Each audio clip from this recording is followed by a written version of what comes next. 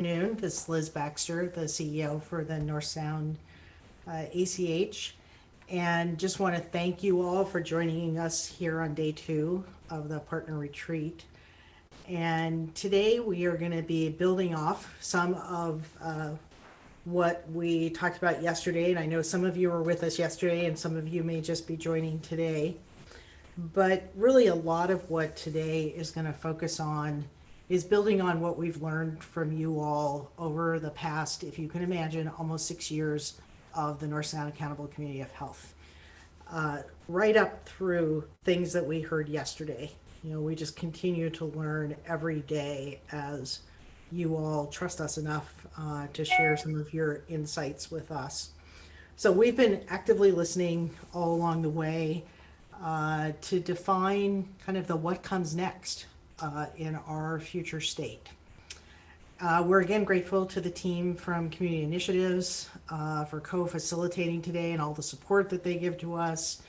Monte and I are going to be co-facilitating the session today. You're going to be hearing from me, Nicole, from some of our partners again, but we've got a pretty significant amount of time set for hearing from you.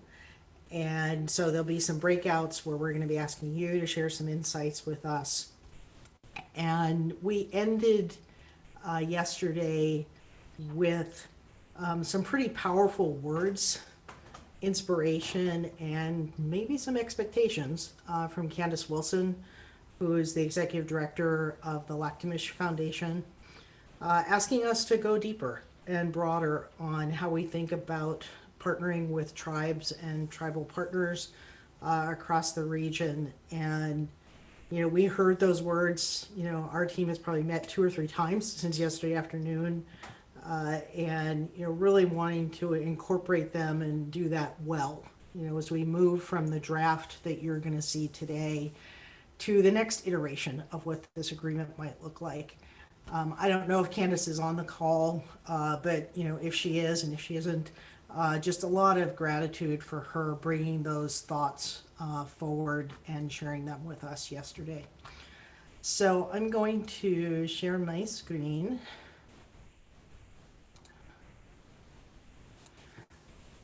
And I'm going to move this into start the slides. And I do want to just start by asking, oops, I can't hit the, sorry. Nicole, if you want to go ahead and do the land acknowledgement, that would be awesome. Sure, you bet. We begin by acknowledging with humility that the land where we are today is the territory of the people of the Salish Sea. Their presence is imbued in the waterways, shorelines, valleys, and mountains of the traditional homelands of the Coast Salish people since time immemorial. And I think Stacy's going to put in some more resources. Yep, she's done that. And, you know, one of the things Liz and I talked this morning as we were prepping, and when we look at our land acknowledgement, the word this morning that holds out a lot for me is that word humility, and how we are all on this learning journey together. We will have missteps, but this work is so important, and we are going to keep at it. So I encourage you. I think throughout the day, I'm probably going to ask Michaela to put in a couple more websites that we enjoy reading and really help ground us, kind of around tribal sovereignty and history. So more to come on that. And Liz, I will hand it back over to you. Great. Oh wait, I might have to do the working agreements. Go for Sorry. Okay. Same ones as yesterday. We're gonna honor start on time, end on time. We ask everyone to be present, share airtime, you know, lean in, lean back, join the chat conversation. We love the chat because it's notes that we can use for a meeting summary later. Go ahead and test some new ideas, take some risks, and as usual, be rigorous on ideas and gentle on people. Okay, Liz, back to you. All right, thank you. So today's session, we're going to be introducing what we're calling a regional compact with you. And then, as we said, throughout this afternoon, we'll be asking you to take some time to react to that and share some input with us. And, we have this amazing panel that, similar to yesterday, where folks have agreed to give us some thought and some reflection so that you can understand how much has gone into creating this. And so the three folks who are joining us, I hope they're on the call already, Alan Fisher, Glenn Puckett, and Ben Young. And, they are coming from different perspectives, different elements of the ACH. They play different roles with us. But all three have pushed us to probably think beyond what our team has been thinking about at any moment in time. June of last year, we had to present a future state strategy to our board of directors. They asked for it back in 2019. And, as you can imagine, we were in like month 4 of COVID as we were presenting this to the board. And all throughout, what we've known is there was this imaginary plus real end date of December 31st of 2021 that reflected the end of our contract with the Healthcare Authority, and therefore that carried through. It represents the end of the contracts that we have with all of our partners. And so, depending on whether you work on a mid-year to mid-year calendar year, you're in a calendar year budget, I don't think a week has gone by in the last 2 or 3 months where one of you has not reached out to me and said, so what's happening in 2022? What are our contracts going to look like? What's our funding going to look like? And I've asked you all to wait till here, August 12th, to hear about this. And so Alan is going to share some of the history of how we got to where we are. And then I think as you kind of walk through what this compact is, you're going to begin to see how we are pivoting from the constraints and kind of the outer box of the Medicaid transformation project to something different. And we're hoping that the something different is exciting to you and you can see ways to engage in that. And then really our contracts are going to come out of this agreement to forming a network here in the region that works collaboratively and collectively together. So with that, Alan, assuming that you're on, wondering if you wouldn't mind jumping on, introducing yourself, and grateful that you're willing to share some of the history with us and others. Hello. Hey, hi. Well, good afternoon, everybody. I wish everybody safety and health, considering the existing climate we're in.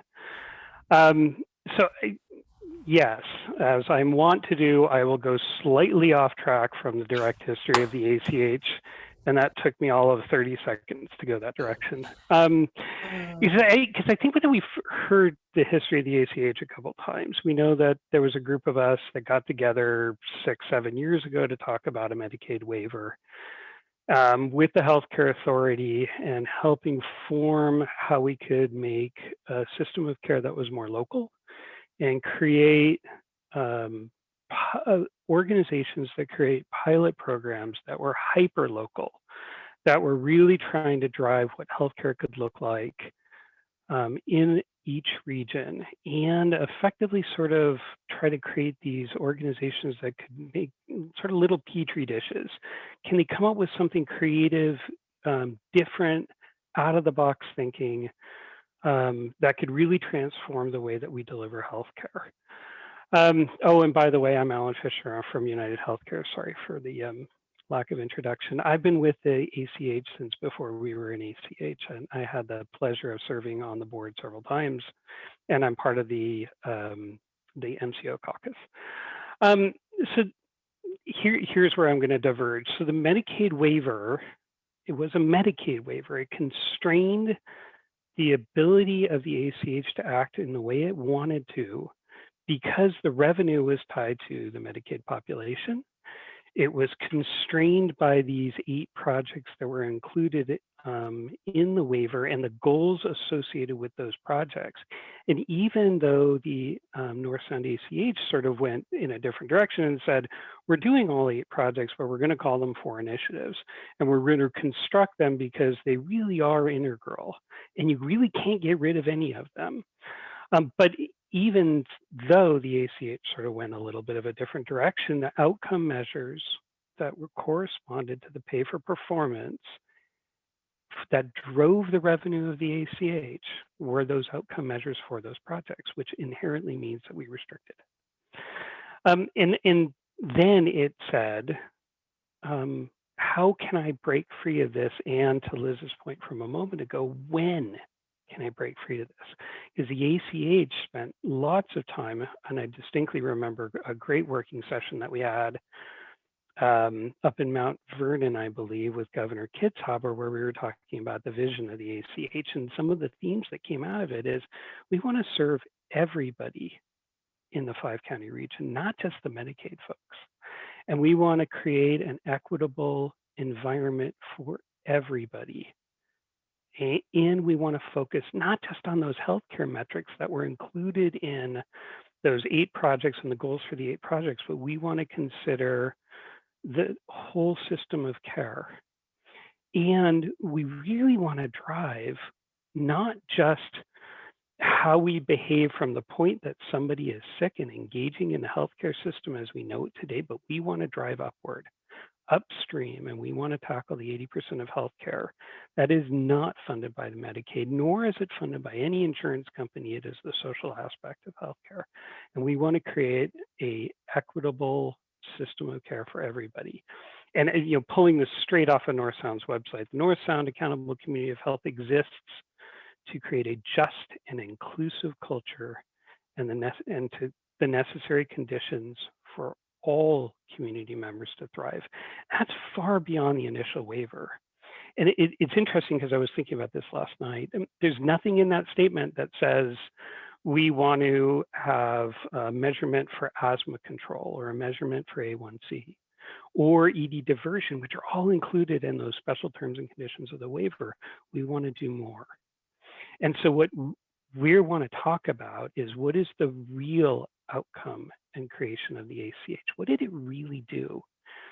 And again, thinking about this last night, I think the most powerful thing it did is it created this forum.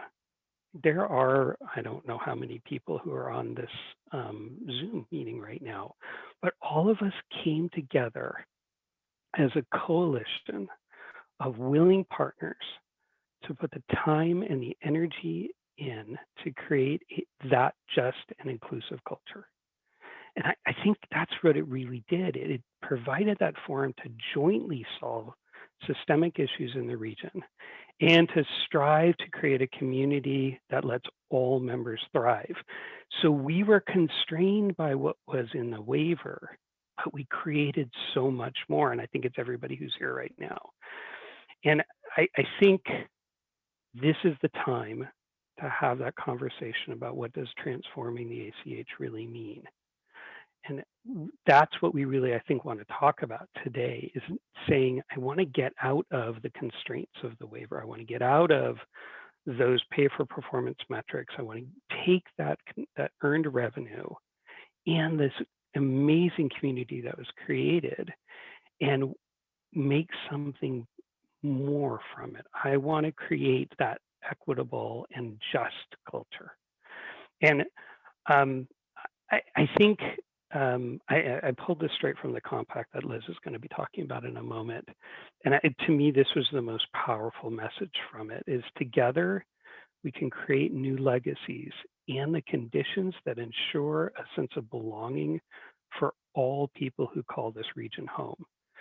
So to me, coming from this place of construct and barriers of the waiver itself, we have created this large community that really has the opportunity right now to change and to commit to every single person in this 5-county region. And to create that environment, I think we are primed and ready to do it. I'm excited about the opportunity to be part of that transformation. Liz, I shall turn it back to you. Thanks, Alan. Also, will mention, that while you have kind of come on and off the board, you have somehow stayed in our governance committee. It's the committee that once you get there, you can never leave. So it's been great. Thank you so much. I am going to share like a couple more slides, really to try and perhaps just put an exclamation point on what was just shared. So I'm going to go back. I'm not as good at this as Elizabeth is, so you all are just going to have to be incredibly patient with me.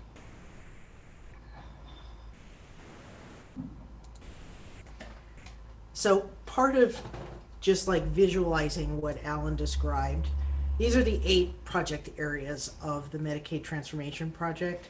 And we spent a lot of time talking about this. And while I know all of my colleagues around the state are doing a lot of similar work, we were the only region that made a decision. We're going to tackle all 8 of these because, as Alan said, we couldn't figure out a way to separate people and their body parts and their needs. And so we did. We shaped those 8 projects into 4 initiatives. And in some ways, these initiatives are also influencing how we think about this future state. And for us, it was, how do we get to a point where, and Alan, to your question, I think when you asked, there were 99 people on the call. So how do we get to a point where this amazing breadth of assets and insights and commitment and passion are working vis-a-vis each other and not just thinking about how do they work with the North Sound ACH? And so we had, here's one of the funny things that you all may not realize. We're also perhaps the only region where all of our partners signed contracts where there was no dollar amount listed in the contract. And so partners were presented with a way of thinking about how we build capacity across the region. This notion that there were some things, it didn't matter if you were working on oral health or reproductive health or behavioral health, there were some things we wanted everyone to do regardless of strategy. And then we had specific strategies and tactics. And basically our change plan was A plus B plus C. And everyone probably heard that ad nauseum back in the fall of 2018. And that's what created the way that we approached working with our partners. So as we move to this compact, and really, I think Shoma, Saha, the well-being in the world, Monte and his team and some of the other consultants who have been brought in to work with us, our own partners, our board, our leadership, everyone has been helping us shape, like, how do we then say, what are we as a region? Can we actually create a set of agreements across this amazing landscape of the folks who have been doing this work? And so there are a couple of sections in that compact. So this language is straight from the draft. And if anybody doesn't have the draft, because what we did yesterday is we sent the draft out to folks who were registered for yesterday and today. If you don't have it, please say something in the chat box, and Meg, maybe you can put the link that you had in the email from yesterday there for folks who might want to pull it up. But these things that are here are things that are guiding our work. You've been involved with trainings we've done with John Powell around targeted universalism, that we are talking about things that are place-based around lived experience and this community, this space that we live in. Honoring tribal sovereignty, this notion of belonging, and having that be like both a condition and a practice. There are things that we have to learn to do and take action on that are actually going to make us get to the end that we are trying to reach. And then, the entire thing, and as you saw in the draft, it has a signature line.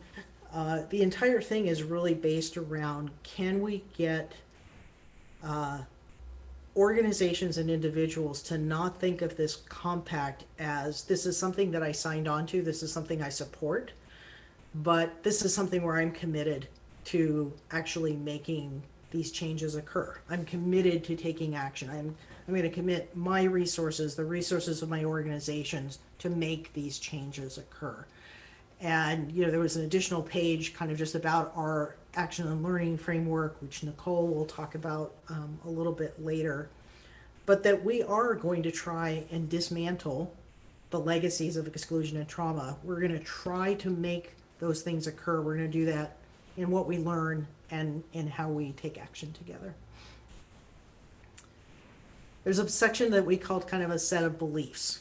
And so committing to this compact is stating that you believe these things, that your organization is ready to acknowledge, learn, believe that we have to address our legacies, some of those inherited from generations past and some of them that we're continuing forward in the current day.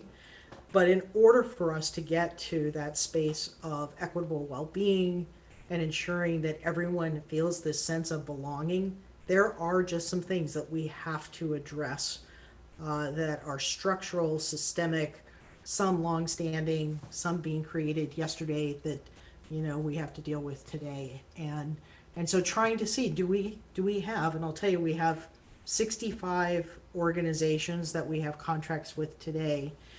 And my team has heard me say, as we've been working on this for the last year, I don't know if we're going to have 40 of the 65 that want to join us in this network, or if we're going to have 80, because we've now expanded the door and it's actually a place where people have been wanting to move to.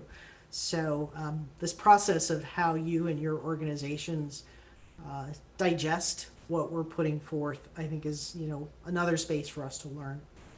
And really this last piece that we're not only accountable, you as having a contract with us, you're not just accountable to us, you're accountable to each other. And that at the end of the day, we're really accountable to the people who live in our communities and the people who are yet to come and live in our communities. And, kind of the last piece is really that you're willing to use your influence, your assets, your leverage to make these changes occur. So not always being on the sidelines, but actively using your voice, your power, your entree to make those things occur, that you're willing to share that across the network, that you're willing to actually take on this notion of measuring well-being, that, it's something we have, again, been talking about, I'm going to say, since January of 2019. We've gone a deeper dive into some of the well-being measures and the vital conditions for well-being, and we now want to take action on some of those things. And so this notion of building a network where we get to learn from each other, but that we're also trying to influence change. We're trying to make things happen. And so I guess before I kind of turn off the slides again and give this a bit to Monte, for me it's, when we have used the slide in the past, it has been to show how many partners we've got. Large, small, physical health, oral health, behavioral health. And I try and envision what would it be like if everyone on this slide was working in collaboration and partnership towards something. And just how powerful that could be if we actually had the ability to work in concert. So, and it takes me back to some of the remarks that Candace had as we were closing out yesterday, because I think at the heart of this draft compact is to get us to not only say that we support things, but to do things. And to do that perhaps deeper than I and my team have been doing so far, how we've been doing that work together, that there's just always more that we could be taking on. So I'm going to pause there, and because Monte, I think the next piece is really the questions. So I don't know if you want me to pull them up now or if you want me to stop screen sharing and see Because I think we're not going to do the questions till after the panel. So never mind. I answered my own question. Don't listen to me. Yeah, I'm going to stop. Liz, thank you for that. And Alan, yeah, thank you for, really setting the context here. So I think all we were going to do, and wanted to invite a couple, you mentioned Ben and Glenn being here, maybe invite them into this conversation sooner than later. So this is just a dialogue. This is informal. We can take it where we'd like. We like to think of dialogue as the art of thinking together. And just like we were doing yesterday, this is really about thinking together. And I appreciated, Alan, how you really kind of talked about the constraints, and out of these constraints actually, created this new forum and this appetite to really see and do things differently. And now there's this opportunity to do something really even more transformational. And so, Ben, maybe to start with you, when we had a brief conversation, I think it was earlier this week, you were starting to kind of almost think in your own mind, what is success? If the words on this paper started to kind of come to fruition, that started to kind of come to life in some ways, what does that look like to the work that you're doing through C3? And what does that look like to the communities that you serve and learn and work with?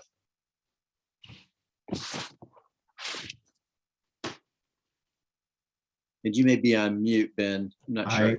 I really wish we would go back to a rotary dial telephone so that I could be up with everything that everybody is at. Unfortunately, it looks like that's a thing of the past. But good afternoon. I'm Ben Young with the Communities of Color Coalition here in Snohomish County.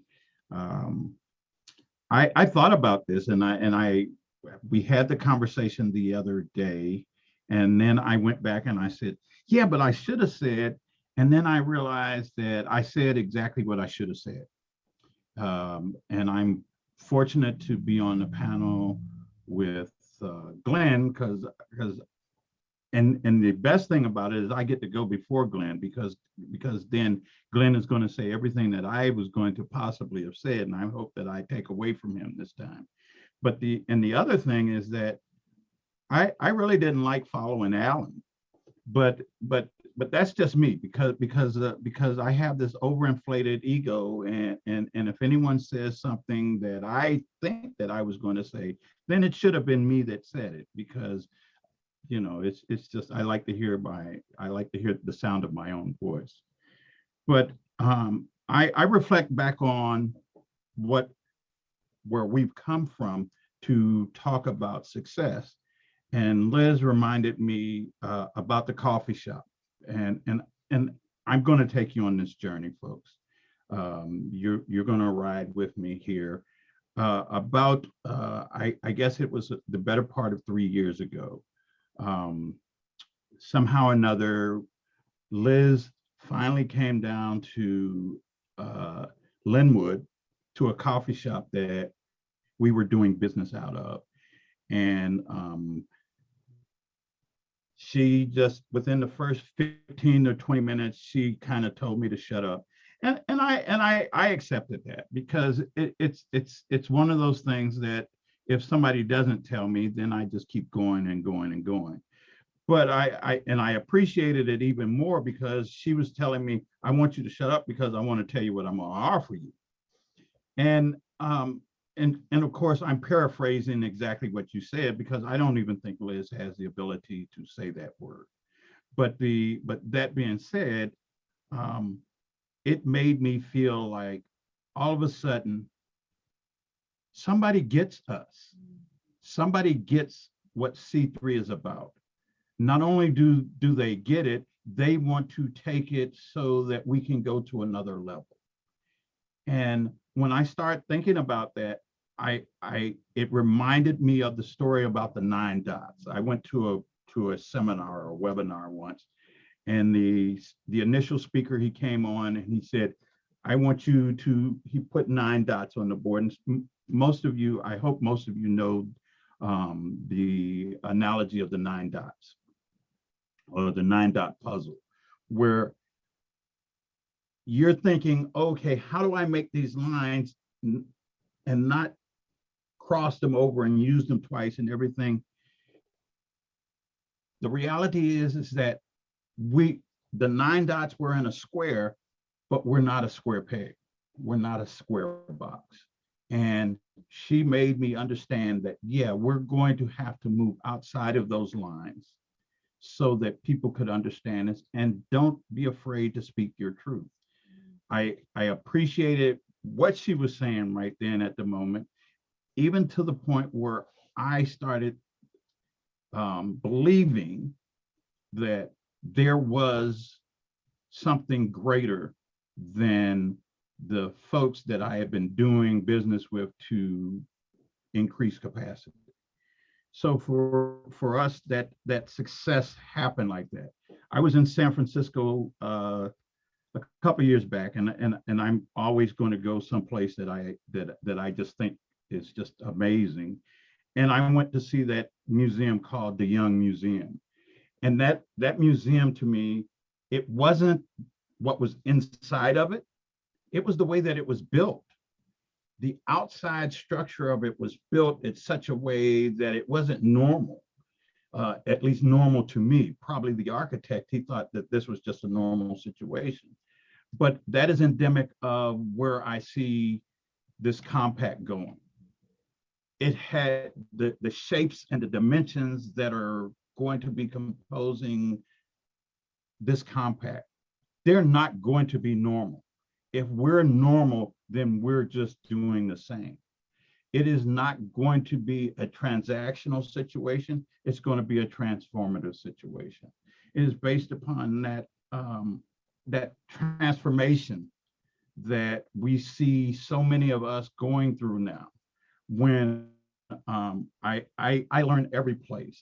Even at my mature age, I won't tell you that I'm old, because you already think that, or you probably already know that. But even at my mature age, I know that one of the things that I learned in going to this was that we're people driven and data informed. Someone said that at one of our gatherings, our retreat gatherings several years ago. I've never forgotten it. And I've started trying to make sure that I understood that, because we're always talking about metrics. We're forever talking about metrics. When we apply, when Alicia and Elizabeth were helping us to write an outline for a grant, they talked about the metrics. I don't know, I can do numbers, but I only have 20 digits. I have 10 fingers or 10 fingers and 10 toes. And so anything beyond 20, the numbers just don't always add up for me. But I understand people, and it's people that is at the heart of this compact, where we can go in areas be much more beyond the dimensions of a building. We're not going to ever be a square box. I don't see this compact as ever being a square box. I see this as always being one that is sharing and thriving. The success of this is based upon that sharing and thriving. The relationships that are being built, that have been built, as Alan spoke of, and as Liz has alluded to all the time, these relationships are things that, I didn't think that I was ever going to be sitting down at the table with the president or the CEO of Providence, but I did, and I continue to. I won't say that I have her on speed dial like I have Liz. Of course, Liz doesn't answer the phone, but that's another story. We do have that deal where I know that if I wrote an email to Liz or to the CEO of Providence, somebody's going to respond to me. That's this compact. That's the success of this compact, because there are no little people anymore. Everyone to start equating things on an equitable level. When I go in, when I say I'm really talking about C3. When C3 goes up and asks Daryl for something up there in Children of the Setting Sun, there is no doubt in my mind that, hey, whatever we're asking for, he's going to go out of his way. Or the Children of the Setting Sun, they're going to go out of their way to make us successful at whatever we're proposing. That's the compact. Thank you. Thank you, Ben. You always have creative ways of expressing. And that last point, I was just thinking, that definition of collaboration, there's lots of definitions of collaboration, but it's enhancing the capacity of the other to do what they do best, to enhance the capacity of another partner. I think that's a kind of a beautiful last thought around you and Children of the Setting Sun that have shared values, but actually helping each other to do what only each of you can do. And so thanks for kicking us off. And Glenn, you've been around this for a long time. What is success, not just the words on the compact, start to look like for you and in the different spheres that you touch? Well, I think there's a lot to that question. And honestly, I think everybody on this call would have good input on that question. I don't think we're any smarter, any more knowledgeable than the folks that are around this table. I think, at least for myself, I've had the good fortune of being involved in this work for a long time, which is why I get invited into this setting to speak. But I want to disabuse anybody of any assumptions you have that I might know more than you do about any of these questions and answers. But from my point of view, I think success, it involves trust building. I think it involves non-traditional partnerships. I think that, similar to what Ben was saying, we need to move away from a transactional way of collaboration into more of a transformational way, which I think means focusing more on how we come together, how we work together, how we establish relationships and common ground, and how we create new narratives of what we want and what the future is that we're driving toward. And measuring what matters, obviously. I mean, one of the things that we spent a lot of time wrestling with, as Alan alluded to earlier, when this work started, was, with this Medicaid transformation, there were just tons of metrics. And we sat around looking at all these metrics and all these different projects, and we would say, well, those aren't really, I mean, some of those things are okay, but a lot of those things aren't things we're really interested in measuring. They're not things that matter to our communities. Why do we have to gin up all this energy and time and work around things that don't matter to us? And a lot of times the answers we got were, well, that's all we can measure. Or that's what's in the contract. That's what the state says. That's what, it's all these other people over here are saying that we have to do. And so there was this sort of like, I guess we've got to engage in this. We've got to do it well in order to give ourselves an opportunity to get past this and give ourselves the opportunity to actually focus our time and our resources and our treasure on the things that matter to us and matter to our communities. And so I'm grateful to the North Sound ACH team for, both giving me the opportunity to learn with that group, and also being such a successful implementer of the Medicaid transformation that now we're in a position where the North Sound has, a good chunk of funding and a lot of goodwill and a lot of established partnerships and relationships in the community, and has established some common ground and some common language around equity and how that matters and what well-being means. And now I feel like we've got this amazing opportunity now to break away from the limiting structures, of that state Medicaid transformation, and get to that upstream, that 80% that we talked about way back when in, 2015. So for success for me is we're doing things a lot differently. People have access, and I don't mean I can get an appointment with my doctor. I mean, people have access to power. They have access to influence. People are coming together in, people who are different from each other, are interested in knowing each other. They're interested in understanding, who do I need to be? Who does my organization need to be so that you can be who you need to be and your organization can be what they need to be? And really thinking about, what we're trying to do with that different lens, and finding ways to measure that and describe the success of those efforts in ways that we can reinforce and continue to invest in the things that move those measures of well-being successfully. I probably could go on and on. Got lots of thoughts on this. I guess the last thing I'll say at this point is, when I looked at some of the questions that we were sent ahead of time to respond to, part of my reaction was, I don't know the answers. So I think part of what success looks like is embracing some humility and coming to a table with some hypotheses and some assumptions, and then being willing to change your mind and being open to hearing a different point of view and figuring out, again, how do I need to be so that you can be who you need to be?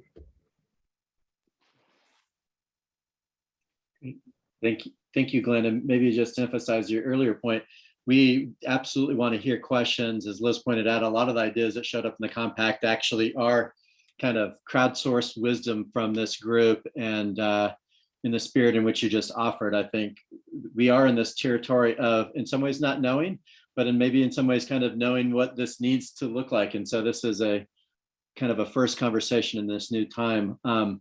Let me throw it back over to you for a moment, Alan. You're kind of in an interesting position. You're in a pretty competitive industry, and from kind of where you sit, what does success start to look like as you kind of reimagine, knowing that, again, you don't have all the answers?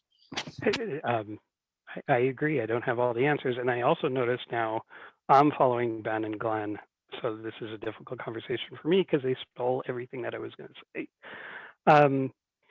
So some of the other things that I think I might be able to add to what's already been said was we have an enormous partnership that's willing to take a risk. We're willing to say the way that we've been doing it doesn't work. And the environment that we're in is sustaining inequity that has been there forever. And we are willing to commit to change. And I think that that is so powerful. Yes, I work for a large competitive organization. I'm not a competitive person by nature. That's why I work in the Medicaid space. I enjoy the opportunity to serve the underserved. And I think this organization is wonderful at maintaining that focus. So I think that there's a risk that the partners can commit to each other. I think that there is a drive for transformation that we can instill. And I think that it's not one of us. I think everybody's going to do that. The idea, again, that the way that we've been doing it doesn't work. The way that healthcare is administered, the way that services are supplied, the way that people live can be different and better. And we are here to make that happen. And I actually think of, there was an analogy in one of the targeted universalism seminars that I heard. And it was, so the organization is not going to commit to getting everybody a pair of glasses. The organization is not going to commit to everybody who doesn't have a pair of glasses to get the pair of glasses. But the organization is going to commit to the goal that everybody can read the screen. And I think that we can hold ourselves accountable to that we are here to make sure that everybody achieves a common goal and ultimately improve the lives of everybody in a 5-county region. Liz, what are you hearing? What are things that you'd like to either add to or click on? Yeah, well, you all know how I take notes during meetings, right? So there's like a couple of things. One, I just really want to like re-emphasize that what we shared is a draft. So we can make pretty slides, we can make a pretty document, but it's a draft. And the best thing that happened is that last night after we sent this out, I had 2 people from yesterday's meeting who already sent me comments on the draft. I'm hoping we get a lot more. I mean, it was just really in that spirit that we created the draft. I was thinking about 2 things, and I actually think that Glenn and Alan might have been on the interview committee when I was hired, because they've been around longer than I have. And I was asked a question, I think it was like, what's our sustainability back there in 2016, what's the sustainability kind of construct? And I said, if we can build relationships that last longer than the Medicaid transformation project, we have something to build on. There's just like something really powerful there. And then when we moved into our current offices, I think one of the first people to come and sit in my office with me was Daryl Hilaire. And Daryl was talking about some things that Children of the Setting Sun was embarking upon. And he and I had probably an hour-long relationship about the notion of journey and going on a journey together. And, those things like stick for me because I see them coming to fruition in this work. And the irony is that our focus on building and expanding relationships and partnerships has still let us do well on the Medicaid transformation project measures and metrics. So we didn't focus on the measures and metrics, but the work that this group of partners has done, we're still earning like the optimal amount of money that the North Sound region could earn. And I don't know, that says to me, we're actually focusing on the right things. We still have a lot of work in front of us, but this notion of building capacity and focusing on how do we make people's lives better is still getting us better at hemoglobin A1Cs or whatever those things are. I don't know that if we had focused in on hemoglobin A1Cs, we'd be doing anything better for people and their well-being. And there's a message in there that I think is just important for me to listen to. And looking at this screen of folks that are, at least those who have the cameras on, are engaged and smiling and nodding and want to, for this panel, again, we're going to turn it over to a larger group on the other side of break, but other questions and thoughts, I just want to say we'll welcome those. I'll keep offering some questions, trying to channel you the best I can, but you all probably have your own questions that I might not be channeling so well. So I have a question. Please. Which none of these three people are prepared for. I think about all three of you have a choice about where you are this morning, where you are this afternoon. Glenn and Ellen, you were both on the board, you left, but somehow you stayed. Like, what is it about this work or this approach that makes you stay? When I know you could be elsewhere focusing on something else. I got myself off of mute first. Yeah, thanks for no prep on this one. I think it's easy for me. I've been doing operations at health plans and insurance companies for 30 plus years. So Ben, you're not the only one with a lot of gray hair.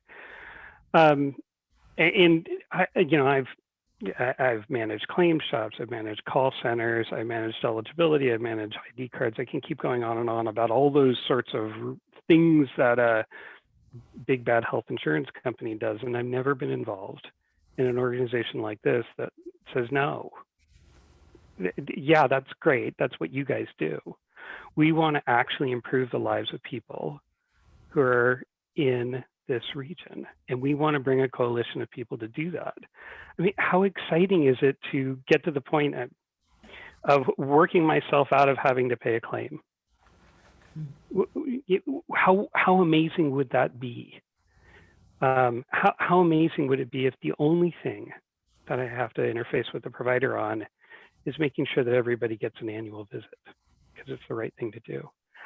What an amazing world that would be if everybody upstream of anything that I can touch, because I'm constrained by federal guidelines on the way I spend my money, if all of that upstream stuff was getting addressed, or if there was at least a common goal and people willing to address it. That to me is way more exciting about anything else that I've been doing in the last 30 plus years. Great answer. I think I can top that. I guess it's a little bit intangible. I think it's probably, just to step back, I came from human services work and anti-poverty work where, I was there for a dozen years trying to change that system and roll those boulders uphill.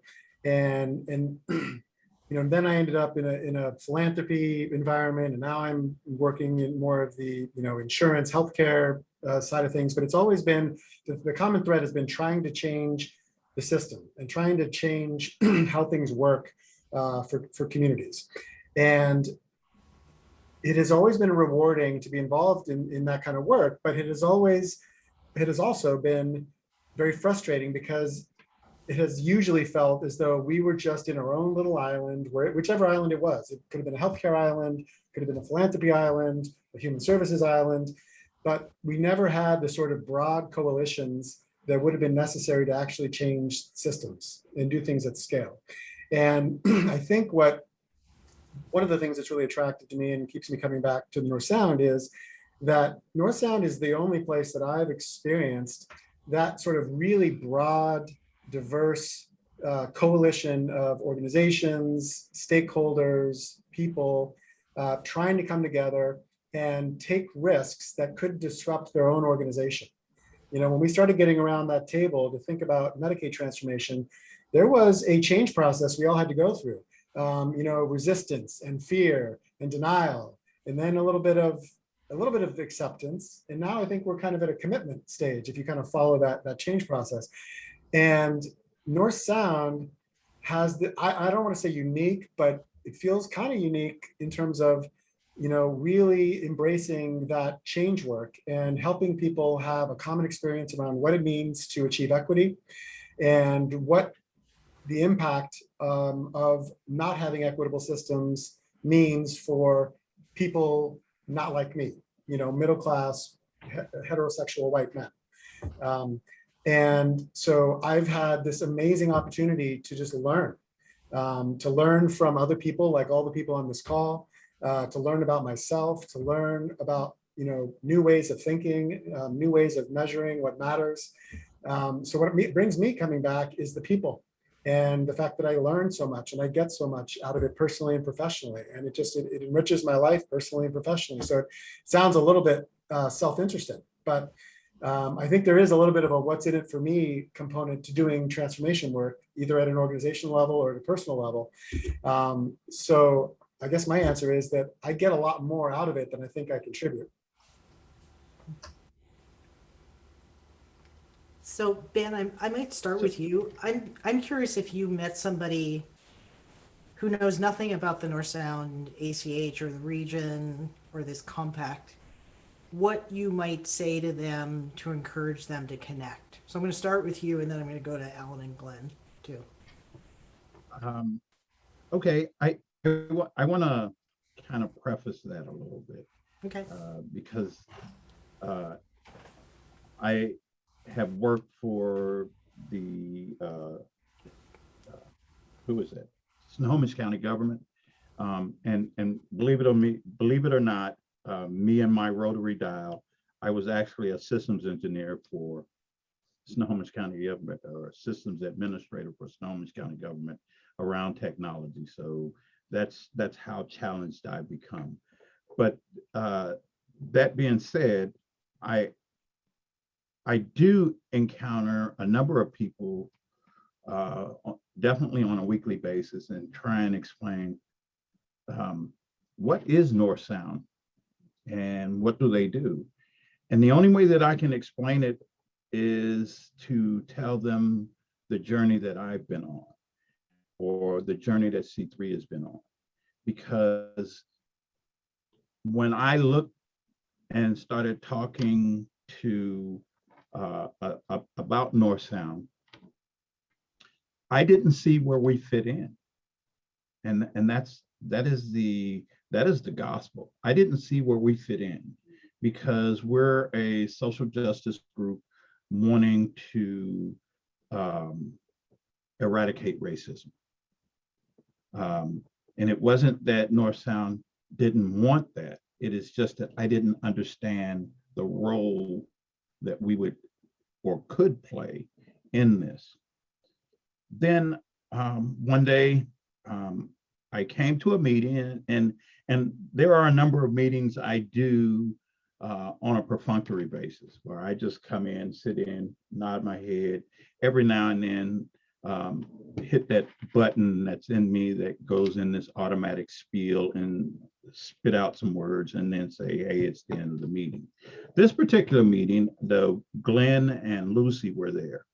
And I was like, holy crap, I am not going to be able to just sit here. I actually have to pay attention because he's saying something that I actually want to hear. And then this is a person, and then Lucy was the island, what she was talking about in the island community and how she was representing or being represented there. And I was like, oh, wow, maybe there is something in this for me. And so I scooted my chair a little bit closer to the table. And I realized that it's not about healthcare. And once I stopped thinking in terms of going to the doctor, like Alan said, taking a pill, then I saw my place. Because yeah, it is that transformational process that happens when you start thinking in terms of healthy communities. Healthy communities does not mean just a visit to the doctor, because I know that I'm a walking miracle when I tell people that after a double cancer survivor, that's a walking miracle to me.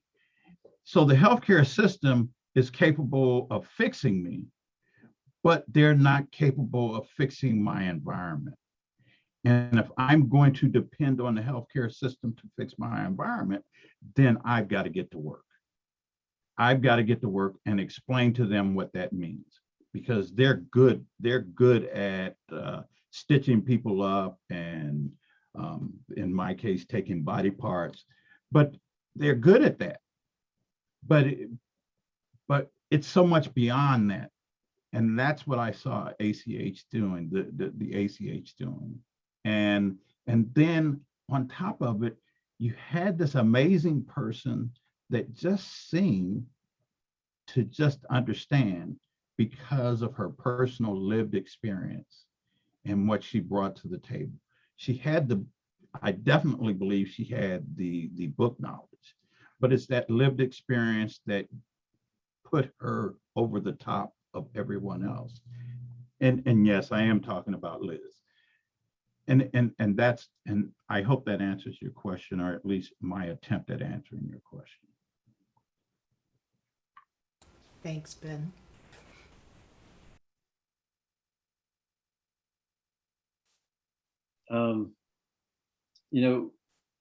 One question I am curious to hear is thinking about this, the constraints is a little bit like moving from paint by numbers to an open canvas. And you all are talking about something that's quite different. And, wonder with a lot more freedom, a lot more opportunities to create change, what that really requires of a network like this, to operate so differently towards this extraordinarily ambitious future, so there's this great opportunity, but this huge ambitious goal, not as many constraints, but what will require to really do this well.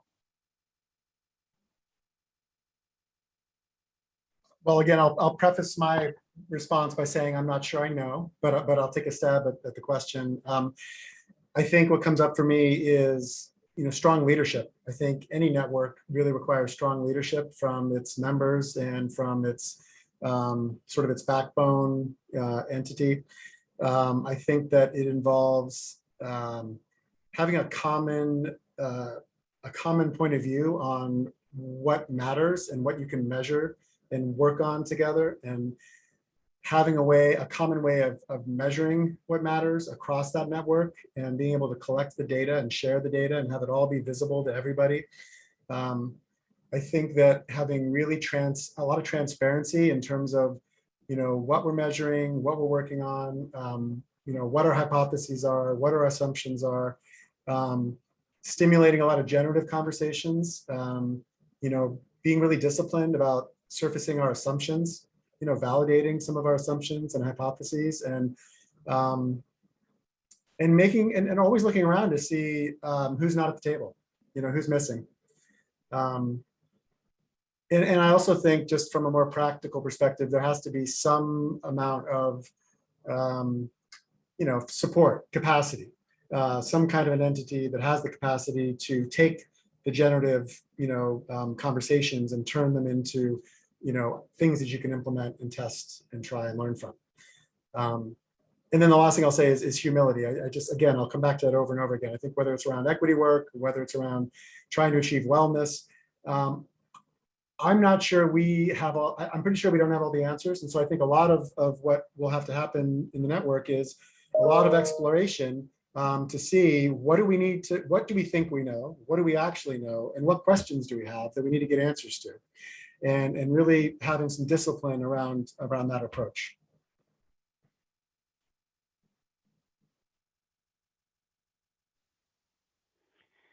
Well, and I'll add to Glenn. And it's an interesting perspective. I'll add to Glenn in a little bit what Ben said. If we do a really good job of this, I think I've worked myself out of a job. And that's not so bad. That'd be pretty cool to do it. It's nice to have aspirational goals like retirement. But so in addition to what Glenn just said, I think we have to be vocal. People have to be brave enough to stand up and say, this is what needs to change. I see it. I see it at the micro level such that we can identify and make that change. And I need partners to be able to do it. So coming together and raising a hand and saying, this is the thing that I see that needs to change. And the other part, and it's reflective backwards, is we need to see a tangible result. There needs to be a reason why I continue to do this, and that has to be some level of forward progress. And that, of course, is the other big challenging part. And it gets back to, Liz, the question that I think I might have been the one posed to you, what's the sustainability plan? We have to see out of all of this that we are affecting change, and that change has a benefit to everybody who's participating. Because the investment will go away if we don't. And so it's this wonderful coalition that we have, bonded together with common goals, brave enough to be able to say, this is something that needs to change, this is an area that needs to be addressed, and have that partnership being able to affect that change and drive us forward.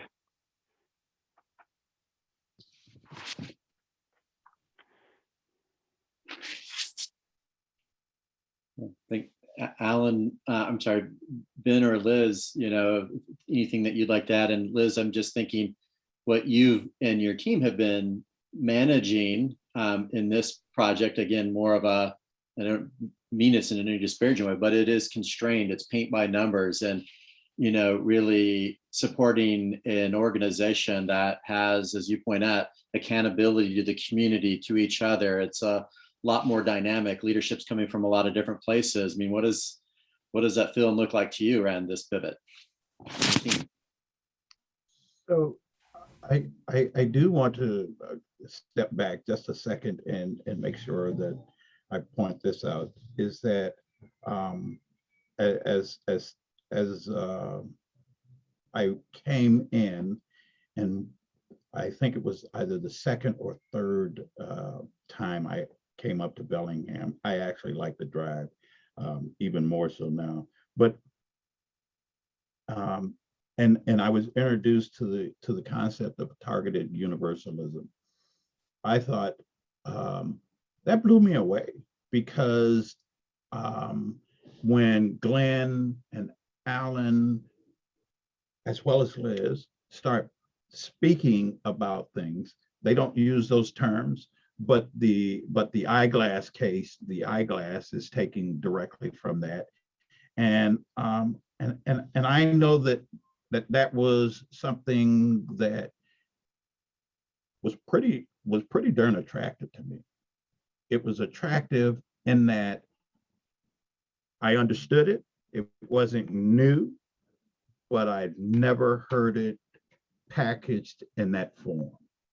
And so because of the way that it was packaged, it was, oh, and then Liz said, you're going to have an opportunity to meet John Powell. I said, yeah, you're going to have to melt me down and pour me away from here.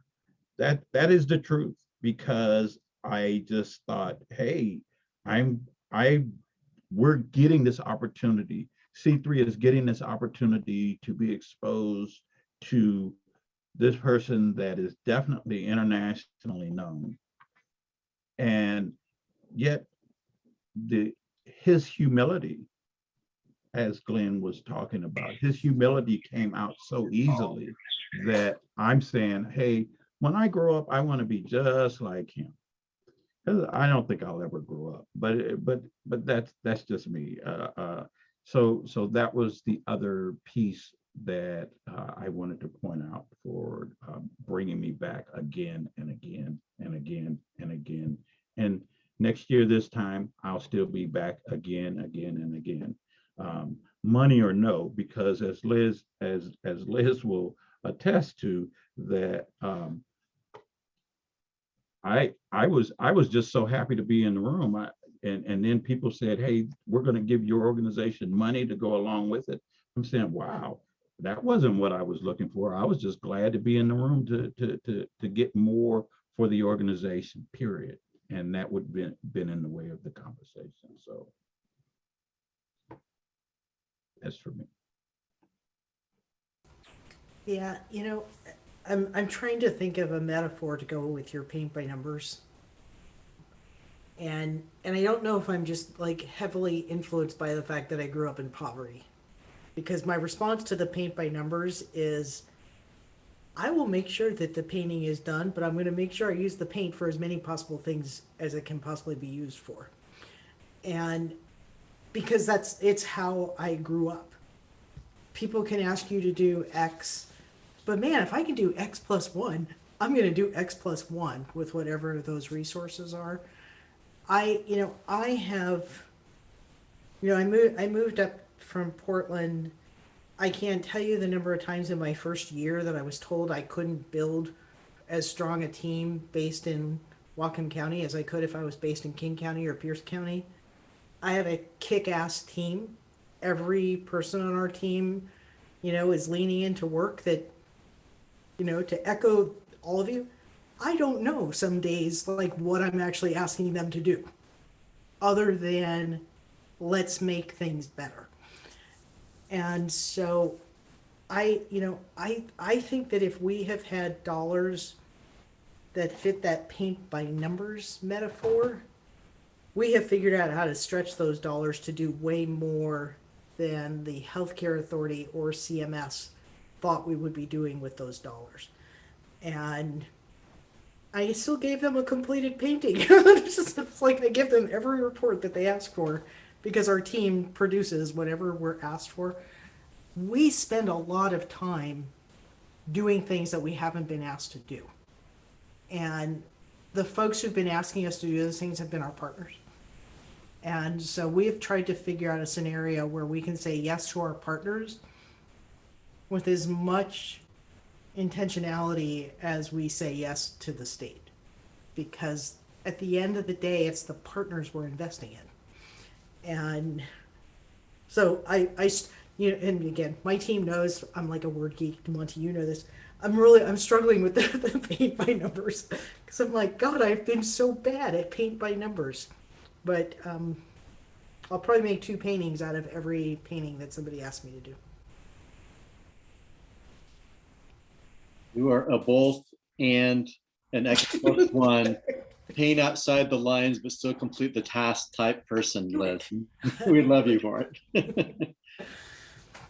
And it is interesting. I think we heard all day yesterday, this idea of what is transactional and what is transformational. I think that what we heard from each other in our bright spots is not that we fulfilled the kind of requirement of what it is that we're getting paid to do, either through Medicaid transformation or through our jobs. It's transformational in the sense that we're using our discretionary energy in ways because you all care deeply for each other and care for people who are different than you. And that's quite beautiful. It's not to say that it's kind of, but that's really interesting kind of way. I hear you all describing your transformational work, all the things that are much further than kind of what's just required. And if I was going to add one more piece, I think the other thing that North Sound has at least gotten a reputation for, we're probably going to question why that paint by number outline and why not a different thing to paint. Like we do a lot of questioning of the questioning of the ask, because, and I think all three of the panelists have said this, we want to make sure that we're actually doing the work to get to the end that we're trying to reach and not doing work in order to check off a box. So not uncommon for someone on our team to ask a question about why can I give a mask to somebody who's evacuating a wildfire who's not positive for COVID as much as I can for somebody who's positive for COVID. Like we will question the constraints, because sometimes the constraints are inane. They are following a rule, they are following a construct, they are following a restriction that does not help people. And we're going to keep questioning the constraints. And sometimes the answer is, that's just all you can do. I think more often than not, we've gotten some loosening of the constraints because we ask about them. I think if we don't ask, they stay the same. And every time it has been because a partner has called Nicole or I and said, we're running into a problem with X. And we carry it. We usually carry it with them. And, sometimes things change. And I think that's part of the disruption piece of this question as well. Mm-hmm. And maybe just to follow on this, and again, we'll probably in just a few moments maybe change gears and take a break and have a lot more conversation with all of you. But this idea of being disruptive, Ben was joking, Glenn, in our brief conversation the other day of you being a very disruptive person, and I think he meant it as a compliment. I took it as a compliment. I'm just giving Ben a hard time. I know he meant it as a compliment. And I also just want to preface this, the language that's used in the compact is pretty bold about talking about a form of disruption, of dismantling racism, dismantling systems of inequity, just really kind of disrupting these systems, because we know the systems that we are working through now were not designed for everyone to thrive. So curious what this opportunity to productively and destructively kind of move forward, if you have thoughts to all panelists, but starting with Mr. Destruction or Disruption. I try to think of it as positive disruption. I don't know if it's always positive disruption, but somebody actually labeled me that or introduced me to somebody at some point that way. And I thought, I kind of like that. I think I'm going to lean into that. I'm going to own that. I guess what I would say about that is that I think that, systems of oppression, healthcare systems, social service systems, education systems, criminal justice systems, all these systems are things that we created. They just didn't appear out of thin air. And we need to be comfortable pushing back and kind of embracing the notion that we can disrupt those systems and the way they work. And similar to how Liz was just mentioning, questioning the questions and the limitations. I think that targeted universalism gives you a permission structure to undo those systems. It gives you a way of saying we can all benefit from organizing things differently, from engaging differently, from caring for each other differently and seeing each other differently. So for disruption for me is about, having that common focus around what really matters and measuring what really matters, and then not being afraid to take some risks and disrupt some things and try some things and maybe ruffle some feathers. But hopefully, if we're focusing on how we develop those relationships and how we share our vision, and if we're using targeted universalism, we are effective at creating a space for everybody at that table. So everybody sees a way for them to benefit from the kind of positive disruption that we need.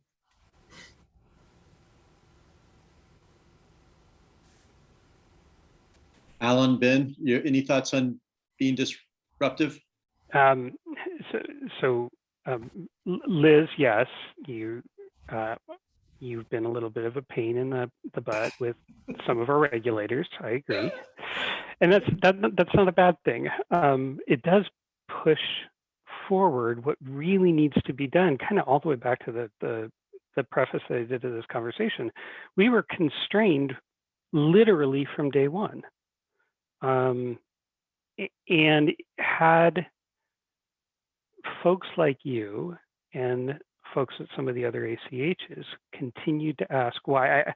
I go back, I've gone through enough lean process improvement classes, Toyota production system, and heard the 5 whys.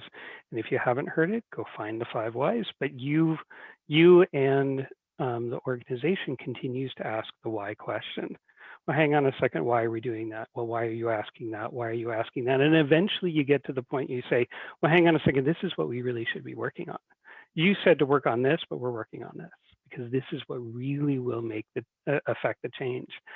And I take a look at the the partnership that we have represented on the folks on this call. There are a lot of people who can say, well, hang on a second, why? It's not just the North Sound ACH folks who are up in Whatcom County who's asking why. Now you have, well, about 100 people on this call, and anyone is asking why. Everybody gets to be a disruptor. And there's just so much tremendous power for one person to raise their hand and say, well, hang on a second, why? And have 90 other people come to the table and say, well, what if we did this? Or maybe we should work on this, or maybe this is a better investment. Maybe this is a solution that none of us had thought of, because I came into this with a level of humility that allows me to be able to listen to others and really hear great, positive, creative ideas. So I continue, and kind of why I continue to come back, and why I guess you haven't gotten rid of me after 6+ years. It's just what a wonderful working environment that we have created, even with the constraints that we've been under, and what a positive future that we can create with the construct that we have. That's awesome. Ario, Well, oh, sorry. Did I interrupt? Somebody had their hand raised. Ario Salazar had his hand raised. I wanted to see if he was still on. Yeah, I had a couple of questions for our panelists. Clearly, you guys are, have a trajectory, are seasoned, been at it for, a while and in multiple domains. And so my question I have 2 questions. One of them is, how do you keep your vitality? What is your self-care plan, or how do you keep your resilience going so that tank, so you're not running on fumes, because as we all know, the work can be frustrating at times. The barriers are more, right? And so clearly being in this collective helps a great deal, but you still have to create a great deal of vitality that is not for you, it's for this work and for the work that you do. And the second question I had for you is, what's on your nightstand? What are you reading these days? I'm always on the hunt for, what it is that fuels your, I guess, your interest and your mind. So I'd love to hear your thoughts on that. Who wants to go first? Ben. Vitality and nightstand. I can take a crack at it because I'm off mute. So personal care, I'm on the bike every morning still at 4:30. That refuels me and gives me time to sort of think and reset for the day. What really keeps me going, it's aside from that regular 4:30 in the morning workout, is the positivity and the energy that I get from working with creative people like the folks on this panel. That is extremely energizing. And I gotta say, I'll contrast that with work, because that's what we do. I was just having a conversation with someone at work yesterday about creating an Excel spreadsheet, which is a scorecard with a red, yellow, green on every metric that we have that's associated with our 530-page Medicaid contract. I got to tell you, that's not that enthralling, nor does it produce any energy other than it's something that we have to do. But coming to a group like this and listening to folks like Candace who are saying, whoa, hang on a second, nope, not right. That gives me tremendous energy. That gives me the positive reset that I need sometimes to get me out of an Excel spreadsheet with reds and greens. And what's on my nightstand right now, there's a new book that my new CEO just told me I have to read related to some leadership thing. So I'll tell you all about that in a month or so when I'm done reading it. I can't honestly even remember the name of the book. It's a trip to Barnes & Noble over the weekend. I think for me, it is much of an echo of what Alan said, in that I actually try and surround myself with folks that they have more energy than me, and they are constantly challenging me to think in terms of something new and something different, something innovative. And it's kind of easy because for me, what I didn't tell you about me in Snohomish County government, I actually retired. And so this is me in my retirement days. This is what I do for retirement. I have been in social justice movement since I was 16 years old. And so I've got better than 50 years operating in some form or fashion and around social justice. Not always with an organization, sometimes separately. But it is surrounding myself around people that I want to be around. And I don't want to surround myself with the choir either. I want to surround myself with people that will challenge me as a person, but actually push the organization to new heights. And it is one of the reasons that I do it, or actually really the only reason that I do it, because this is what I choose to do now. It is not out of a necessity. It is something that I think that me as a person has to do. What I read at night right now, a few months ago, I was listening to an NPR station, and they talked about Pauli Murray. I don't know if any of you are familiar with Pauli Murray, but I bought 5 copies of the book and sent it around to the folks that I thought, hey, this is an important person. She's amazing, or her life is amazing. And I just thought, hey, I need to pattern myself after some of the stuff that she's done, because she's broken through every ceiling that there is. She's had some of the biggest challenges that I've ever read about of a person, and she did it without fame or glory. She just did it. And so if you get an opportunity to read Pauli Murray, there are 5 books out about her, and you will be inspired also. She's truly amazing.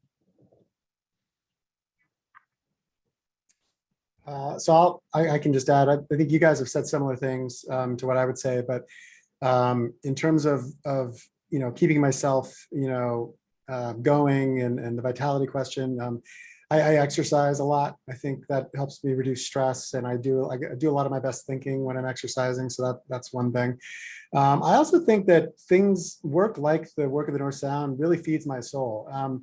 I'm reminded of maybe I'm going back to earlier questions, but I'm reminded of the time when we were sitting around that table and we were, scratching our heads because we were going to be so constrained by what the Medicaid transformation was asking us to do. And yet there came a point where we were willing to sit there and say, well, if this isn't really what, if we want to do more than this, and if there are risks associated with doing more than this, are we willing to take those risks? And everybody sat around the table and said, yeah, we're willing to live with the consequences of doing this the way we think, the community would want us to do this, is telling us that this work what it needs to look like. And that is powerful, to be in a community setting like that, where people are coming together and having that sort of common analysis of what they want to do and being willing to take a risk that's a risk to them personally, professionally, organizationally, and then to watch it pay off. It's a rush. It's fantastic. So that feeds my soul, keeps me coming back. And what I'm reading right now, I got two things going. Similar to Alan, we had an executive in our company that passed around a book, and I was dismissive and I didn't want to read it, and I blew it off, and then it kept coming up and it kept coming up. I was like, all right, I guess I got to read it. And now I'm actually really enjoying it. It's called Lead from the Future. And it's one of those, it's a little bit of a corny strategy book, but I think that it has some relevance to a setting like this, where you're trying to really understand what is the future that we're building toward, and how do I get from here to there? And it offers a little bit of thinking around that. So I like that. And then the other one I'm reading is Stand from the Beginning by Ibram Kendi. Really enjoy him as an author.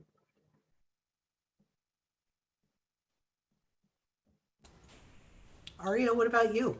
What's on your reading bedside table? I just finished reading How to Wash a Heart. It's a book of poems by Banu Kapil. She's an English poet, but whose parents are of Hindu extract or origin. And the book was inspired by the idea that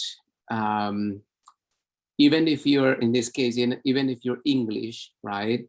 But because she's brown, she feels like she always has to be on guest behavior.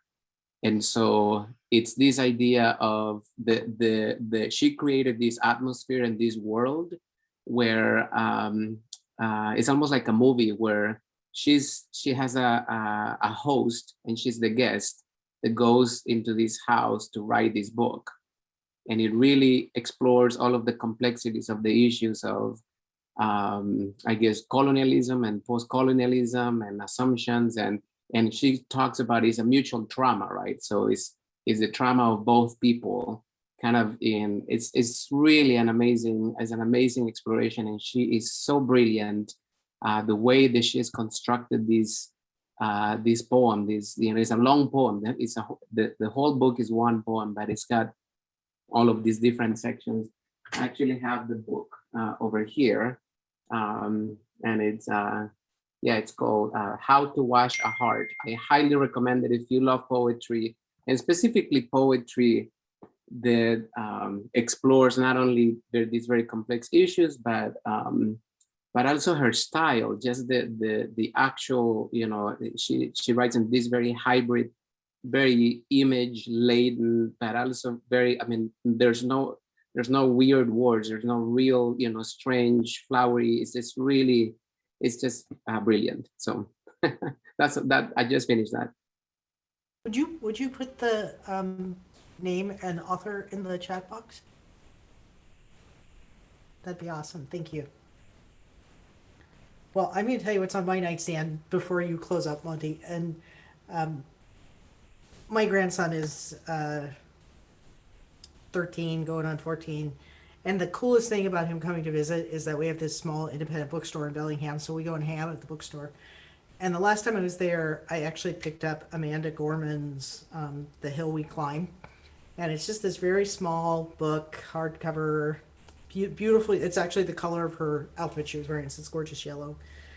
And to have this 13-year-old say, oh, I have that book.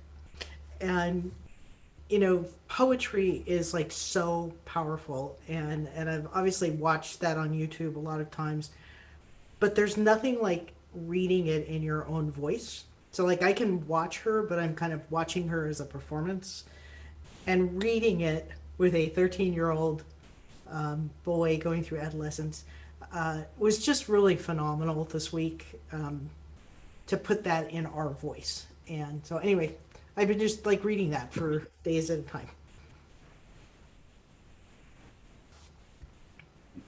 Was a great way to start. And I see Stacy was encouraging. I know that some of you offered up some podcasts yesterday, but again, what is feeding your vitality, your soul, and what are you reading or listening to? I think, that's what makes for a great learning community. I love that a couple of times we stress kind of transformation of systems, but how often in this conversation we talked about the transformation that we all are undergoing or need to be undergoing, and to really support each other in that journey. So I think it's time for a break. Newsflash, the constraints are off. The canvas is open. Thank you so much, Ben and Glenn and Alan and Liz. We're going to take 15 minutes. So if you want to, I know it's really warm outside, get some fresh breath, bio break, get something to drink, and we're going to turn back and get to hear a lot more of your ideas. So 2:45, we're going to be back on. So please be back when you can.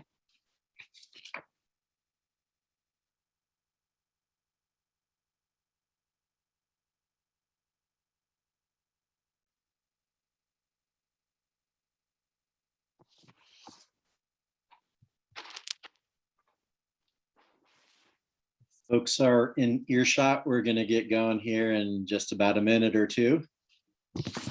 I'm seeing signs of life on my screen from Rob Sullivan and Glenn Puckett here. And Mike, Carter. I need to get my whole gallery. Beverly, I'm seeing you on my screen too, and I just want to say how much I appreciate your smiling face and your extraordinary stories and examples yesterday. I want to come up and visit the Ark in your world sometime. You're welcome, because everyone belongs here. Yes, I get that sense. Yeah. I get that sense. Let's see here.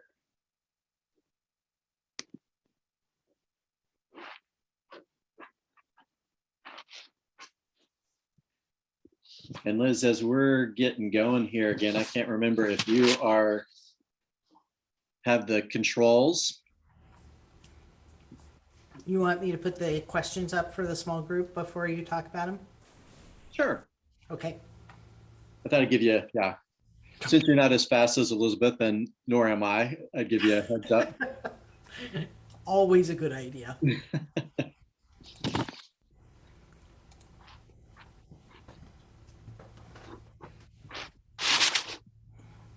Yeah. Thank you, Liz. I know folks are still coming in the room, and that's great. If they come in late, they're going to find themselves maybe in a small group here in just a moment. So this is pretty straightforward. We had a chance to hear from your peers, and want to just give you an opportunity in slightly smaller groups or significantly smaller groups in breakouts of about 5 or 6. What are you hearing that is compelling to you? Those of you who've had a chance to continue to glance at the actual draft compact, what are you seeing it that is compelling to you? So whatever, that is starting to feel and look like for you. I guess the other question is, what does success look like?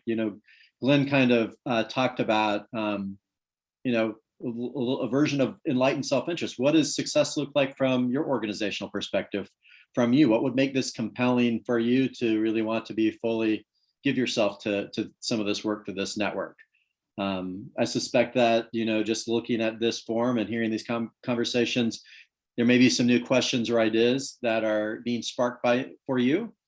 And if you have time, and again, I encourage you to go wherever share airtime, but go wherever your energy is.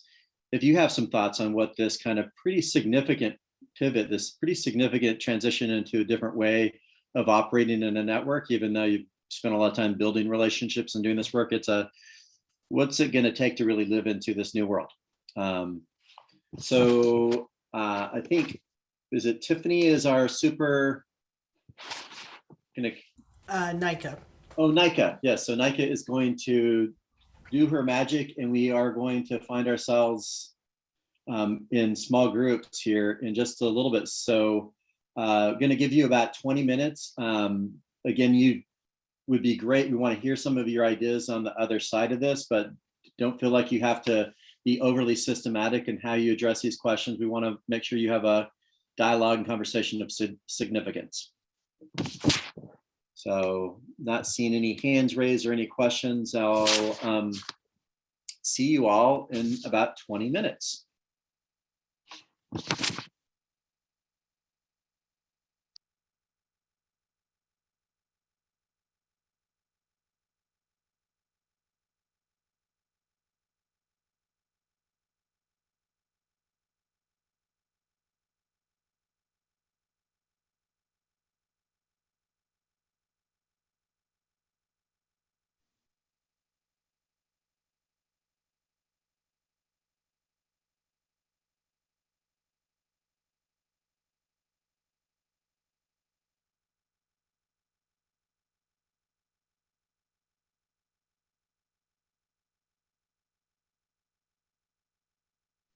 I don't think I was put in a room. Working on it. Yeah. Okay, awesome. Thank you.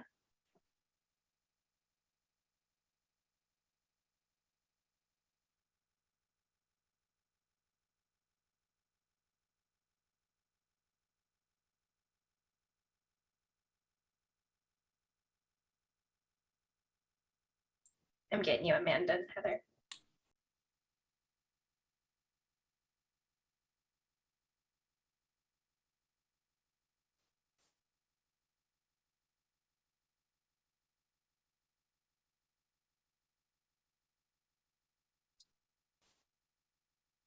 All right, folks coming back here.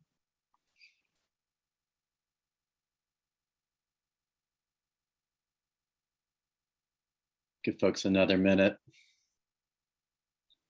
I think you've got about like 10 more seconds before all the breakout rooms close. Okay. Thanks, Liz. Supposed to ourselves too. You're right. All right. Well, welcome back. Trust you all had some energizing conversations and would love to just hear a little bit about that for the next 15, 20 minutes. And then just to kind of give you a arc of where we're going, I think we're going to have Nicole and Liz kind of share some ideas around some possible next steps and scenarios, and get everybody up probably just a little bit early. So, but while we're together, would love to really take advantage of your time and insights, like you've been so generous with the last couple days. So we can use both chat, but would love to hear some voices. What was kind of significant. You could start with kind of what's compelling, but again, just want to hear what was kind of most important that was starting to come out of your small group conversations. I'm going to jump in before I chicken out, Monte. So it was an interesting conversation, or at least it was for me and others. I won't speak for the on my group, on behalf of my group, but one of the things that was really important that I heard was really some discussion around collaboration and the synergism of collaboration, and really pushing into the envelope of that in terms of compelling individuals. I posed a question too of, did anybody else besides me have fleeting thoughts of, yikes, the staff that I'm responsible for is at capacity at this point, and thinking about, bringing these concepts and ideas to them. I know that others are absolutely experiencing that same thing, with COVID and the dynamics that have gone on. And yet the other thought that I have is that there are some pretty important projects that are currently occurring that I think could bring value, as opposed to the idea and concept of, we need to create something new, which, that's that capacity issue of, yikes, do we have the ability to effectively create something new or bring something new to the table? And I think that discounts, for me, it's a discounting process of what my colleagues are already doing. It's a way of me thinking. This discounting is what I'm saying. But instead really identifying some of the projects that they're working on now that would be of value to bring to the table and to be able to share that wouldn't necessarily demand additional work, on their part, because they're very, focused on the things. So anyway, that's something that compels me, and being able to do that would also then begin to speak to what would success look like. So those were a couple of the components, and Beverly mentioned BLTs too, and I got really excited about that, but then we ran out of time. So yeah. Harry, thank you for jumping in. Yeah, and I so appreciate that.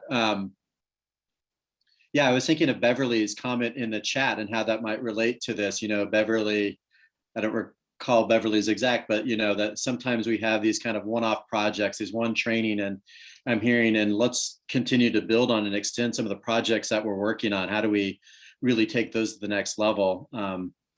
So curious, Beverly, or you, was there an example of a project that you're hoping could kind of be extended?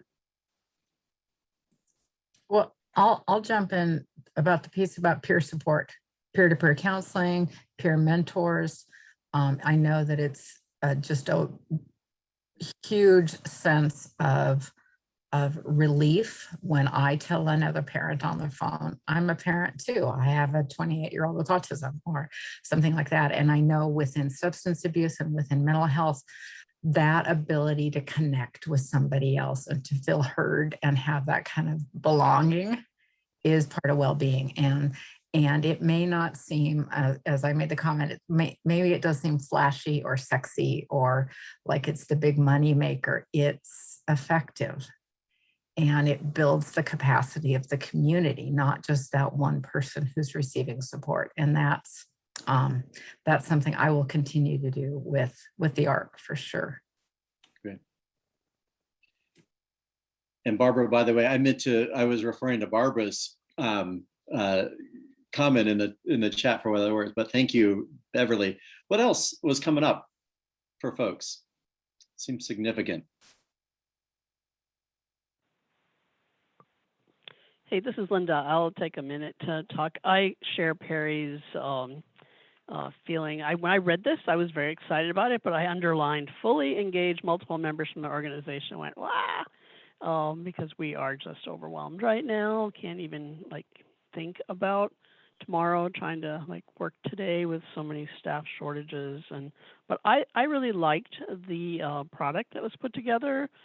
It was aspirational, and I like that. And I think the ACH has done a really good job of, thinking big and outside of the box. And I'm interested in, some examples of the capacity building cohorts or the advocacy, the portfolio investment. Those are just things that made me want to, have another bite and figure out what they were. But I fully support the direction of the North Sound to stay together, to do things differently, to grow on some of the work that we have done, especially to have a good, strong voice for the belonging and the DEI work that needs to be done. And it is, and whoever said it is right, that there's too many starts and stops in the traditional world, and we just do this and then we move on to the next thing.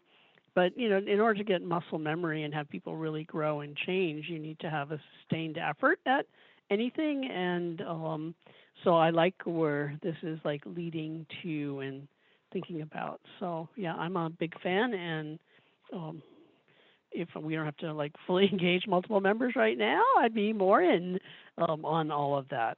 So yes, I think from our perspective, we would be supportive of this work. Thanks, Linda. I would love to maybe just put a pin and hold on the fully engaged capacity. And I think Nicole's going to talk a little bit around possible examples of the cohorts coming up. So what else did you all find compelling?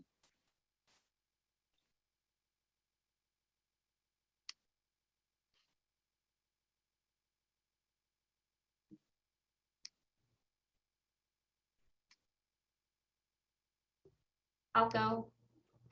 I really loved when Liz said, looking at the whole person and the whole family, that it shouldn't be about diabetes or pulling teeth. It should be about what's causing the diabetes and the rotten teeth, right? It should be preventative and looking at people's needs before it becomes an issue, and inclusive for all. I feel like we're very compartmentalized in the services that we do, and you have to meet a certain criteria in order to access service. However, we all have universal needs, and so having a system that just being human makes you eligible for, and so it sounds fantastic to me. And as an individual provider, I often think, I would love to be able to offer multiple different services within my agency. But then I also think, would I be spread too thin? I can't be an expert at everything. And so being able to welcome new partners in and serve families together sounds exciting to me. And I know, and scary at the same time, because it's a new way of doing business, but I think it's something that can be easily learned, and if we had the right platform and guidance to get us there. Thank you.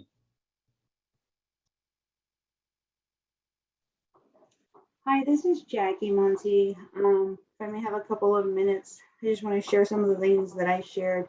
One of the things I shared that was super compelling for me is that, like, we set our equity priorities way before COVID, right? And I find that in that, like, this work isn't performative for us. Like, we're intentionally, actively doing this work together. And one of the things that's most compelling for me is the way we care for one another. Like, we all come, there's a collection of, I don't know how many partners that was on the screen that we saw. That's been a huge shift and change. We talk about moving away from being transactional to being transformational, going back to, what I've been hearing over and over again. It's about the person. Like, we see people for people. And I also too, I want to circle back to the panel, because I just find, like, I love, Monte, how you bridge our sessions, how they just hand in hand complement each other so well. I'm able to follow along. I've especially enjoyed, I think it was mentioned yesterday with the Futurity Alliance. Amy talked about, like, we think about future, it's, it's in the distance, right? It's above, it's ahead of us, but Futurity is like the now. And so going back to, bridging what everyone's been saying is that, like, we're not only saying we're doing this, like, we're actually intentionally doing this work. And Liz, I just want to give, I'm always going to say thank you. One of the things I did note and mention that you shared in the beginning when you were talking is that, we're going to try. And I heard the word try.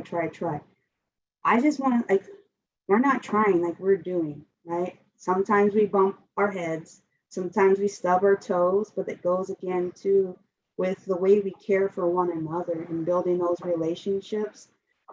And it allows us to give that feedback, right, with care and compassion.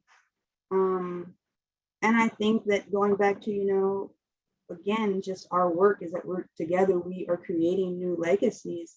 And what that means is, for me in this work, coming in, it was a little bit like, wait, what's the catch? Because nobody's doing this work. And so in a sense, it was like, is this performative?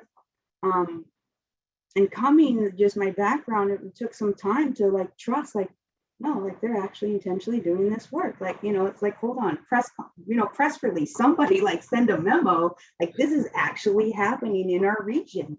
And it's about time. And I'm just most excited, one, to be in this work, because we're shifting from teaching folks to be resilient to changing the systems and structures, policies, and all the things that cause us to have to be resilient.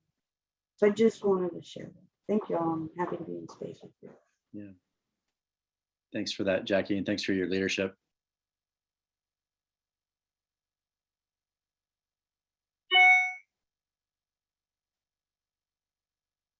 Where else did you have energy that is worth lifting up for the larger group that you should think we should hear before we part later today?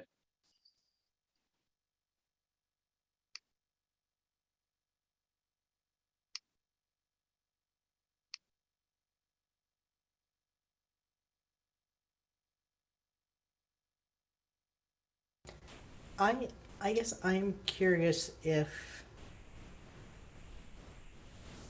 the participants could see their organizations leaning into this. Because I think part of what, at least what we've been talking about, Monte, with you and your team and our team, that this is potentially a network that could be individuals and organizations. And like, what would it take for an organization that you work with to make this kind of commitment? Did that come up in any of your conversations? That I actually it was compelling in the negative way, I guess, because with everything changing and going on right now, and now mandates with COVID, mandates with vaccinations for people in healthcare, we've already we have 140 different positions that are open already. Some people come and go with they're changing wherever they're working, or they're getting laid off and going somewhere else. We're going to have to really consciously be able to stick together and work together, because it's not going to be as easy as it was before. It might be somebody else from your organization, or I just feel like if we don't consciously connect, it's going to go by the wayside. Like if I have something that's going to bring in more money, then unfortunately that's going to take precedent, because I still have to keep my lights on at the hospital. We need those. We need as many nurses and doctors that we can, especially with, we're in Skagit County, and we're fairly untouched, personally, our hospital, but we've had to divert because of staffing already. We've had more people on ventilators than we've had even the first time around at all. And I just foresee some of this other stuff being not necessarily more important, but more just urgent and has to be done first. So just kind of keeping that in the back of my head. Okay, we're going to have to make that extra effort to get back together, to stay working going forward.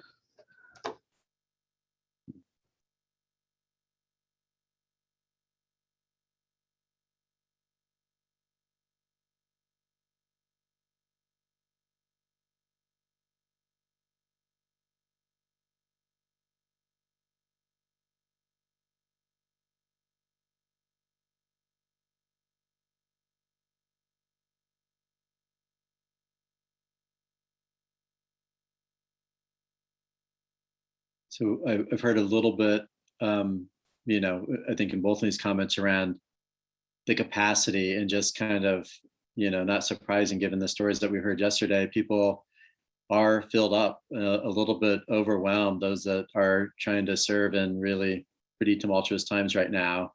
And kind of, if you were going to have to pivot next week, would you have the bandwidth, or would it even make sense? And that would be hard. And I guess I'm curious more in an idea of transformation. What does it look like to kind of lean into doing what we are already doing differently? That there's still all this work. What does it look like to do this with lived experience? What does it look like, to change practices? That very first comment, I forget who it was, with Whatcom County, the Peace Health, our staff can't take more stuff on right now. Were there other pieces, other questions or concerns? I think there's some curiosities too that are popping up for you, either around the actual compact or what it might imply for the work together? Monte, it's not directly related to what you just asked, and I don't want to drag it off track, but I do want to respond, I think, to at least one thought that I had in regard to, what Liz was asking relative to how can we get, the entity that you work with, engaged in looking at it from a little bit larger perspective. My initial thought about that is I work with the health department and a division within that, but of course I know many individuals that are experts on particular topics and certainly dynamic in terms of their thought process. And so a core group of individuals that are interacting actively, and then bringing those that they're connected to or that they know into that at a variety of times. And so sort of magnifying this core group of individuals that are involved to then engage the department as a whole in a variety of ways. So maybe that goes without saying, but I wanted to, acknowledge that, Liz. So. Yeah, and thanks, Perry, because, I think if I go back to that slide that I showed you with like the logos of all the organizations that have been part of the ACH work, we know who within organizations come to the partner trainings, who we, our staff meet with and site visits, etc. Some folks who are on this call are executive directors and leadership, and others are not. And I think we're trying to sort through, if I use Whatcom County as an example, when can we say there are people within Whatcom County who are engaged with this, as opposed to Whatcom County has signed on to a compact like this. And it's really like trying to create a both and in those scenarios where we don't want to lose any of you as individuals, and we want to try to build a network of organizations that are willing to, kind of use their influence and collaborate together. So perhaps going back to how Monte keeps describing me as my both and, like, it is, we don't know what it's going to take to get organizations. Some are going to be much easier than others to join something like a regional network. But thanks for that. Appreciate it. Liz, this is Linda. I'm just curious, what are there other ACHs that are thinking like this? And like, if we get our network together in our region, will we be tapping into other networks? Do you have any idea what that looks like? Boy, and I don't know if Alan is still on, because I know that Alan is engaged, with other ACHs in different ways than I am. I know that there are 2 other ACHs who they're kind of organized around whole person collaboratives, and they do some like sub-regional organizations that have been doing the Medicaid transformation project work. I haven't heard yet how they're thinking about that post waiver. So I don't know that I have an answer, Linda. I know that we're all trying to sort through how to have leverage, and that this really is something that I certainly share with my colleagues, but several of the other regions are still like mid-process with their boards agreeing on kind of their set of future state strategies, and some of us, we at least have that step in the past. So, but Alan, are you still on? I know you were going to hang for a little bit, but I don't know if you're still there. Yeah, I don't know if there's, if I can shed a heck of a lot of additional wisdom to what you just said, Liz. Everybody's been talking about what they're going to become when they grow up for years now, I think. And every ACH has taken a slightly different tack. Some of them are focusing on technology. Some of them are focused on philanthropy and investment. And North Sound has been a clear leader in equity and the tenets of targeted universalism. There is the concern that I have had for quite some time is, are we creating 9 different pockets within Washington that behave differently, which might not be so bad. Healthcare is local, but that a person walking across a county line has a radically different experience and particularly has a potential to degrade the social structure that supports them and the technology around that. So I think everybody's trying to figure it out, but there's not a compelling statewide vision for what all of this becomes. Part of that was clearly intentional. 9 different petri dishes across the state. Someone comes up with a brilliant idea and you hope 8 other people steal that idea. But yeah, I think, Liz, you probably expressed it about the same way I would. I'd like to chime in. Something like that came up in our breakout about what success looks like, and that we're not just focusing on well-being and belonging in the 5 counties of the North Sound, but that if really we're successful, this catches on and all of Washington knows what it's like to belong and to experience well-being, and maybe the whole nation, buys into these ideas of belonging and well-being. And so that was something we identified as being successful.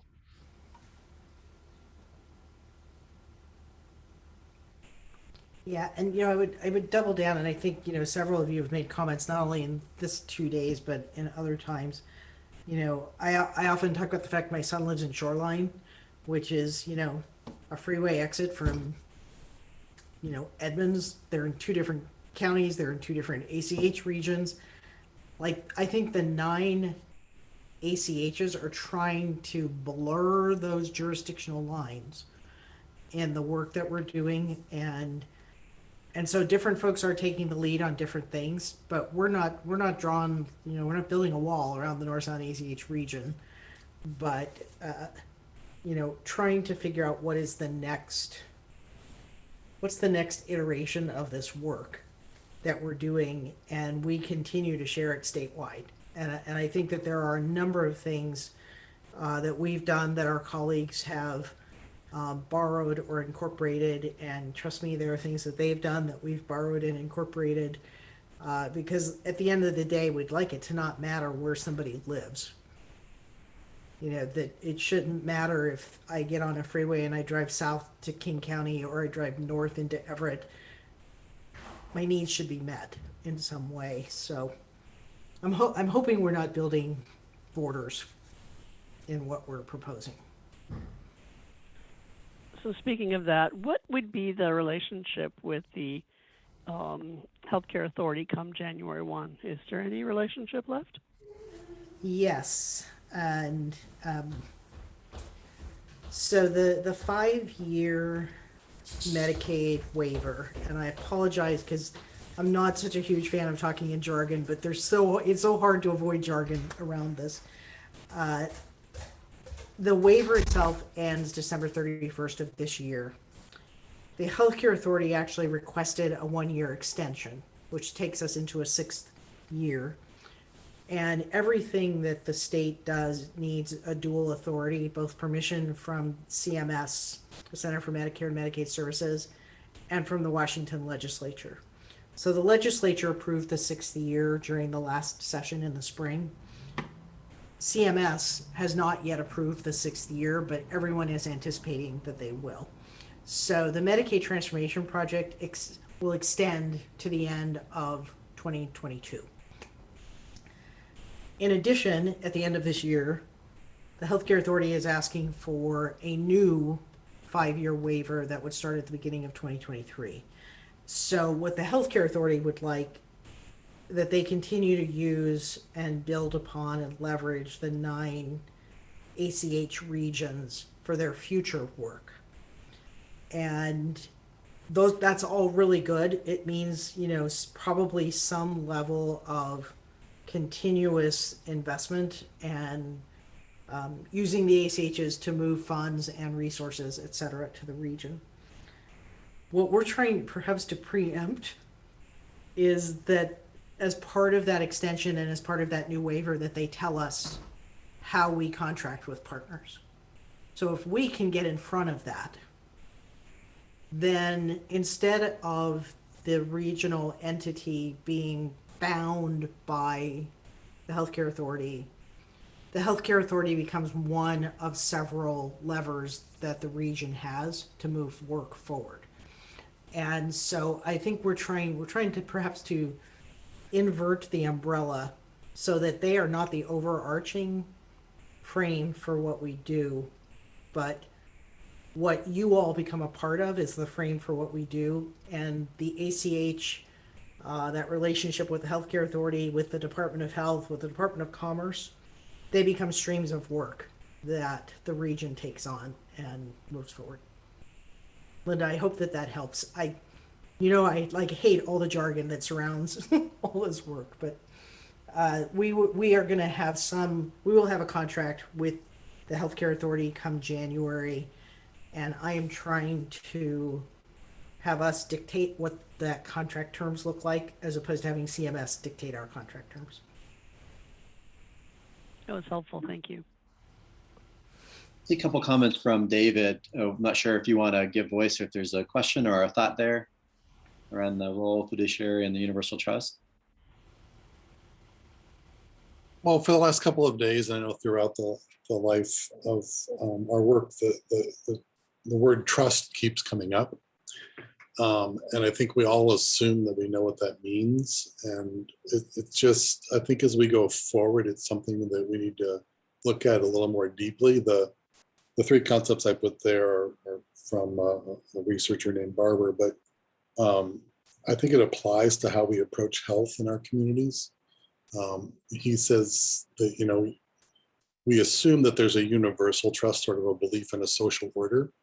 But the fact of the matter is, for many of our brothers and sisters, that doesn't exist, because if you think the social order is that you're safe at home, or hereditary lands are nothing that can be taken away from you, or that expressing your traditions will not get you in jail or taken away in the middle of the night as a child to be reformed in a school, or whatever the case might be, that it's not a common footing that all of us have. And then if you don't have that, getting to the next level in his world of fiduciary obligation is a sincere belief that those around you will put your needs on at least equal footing, if not ahead of their needs.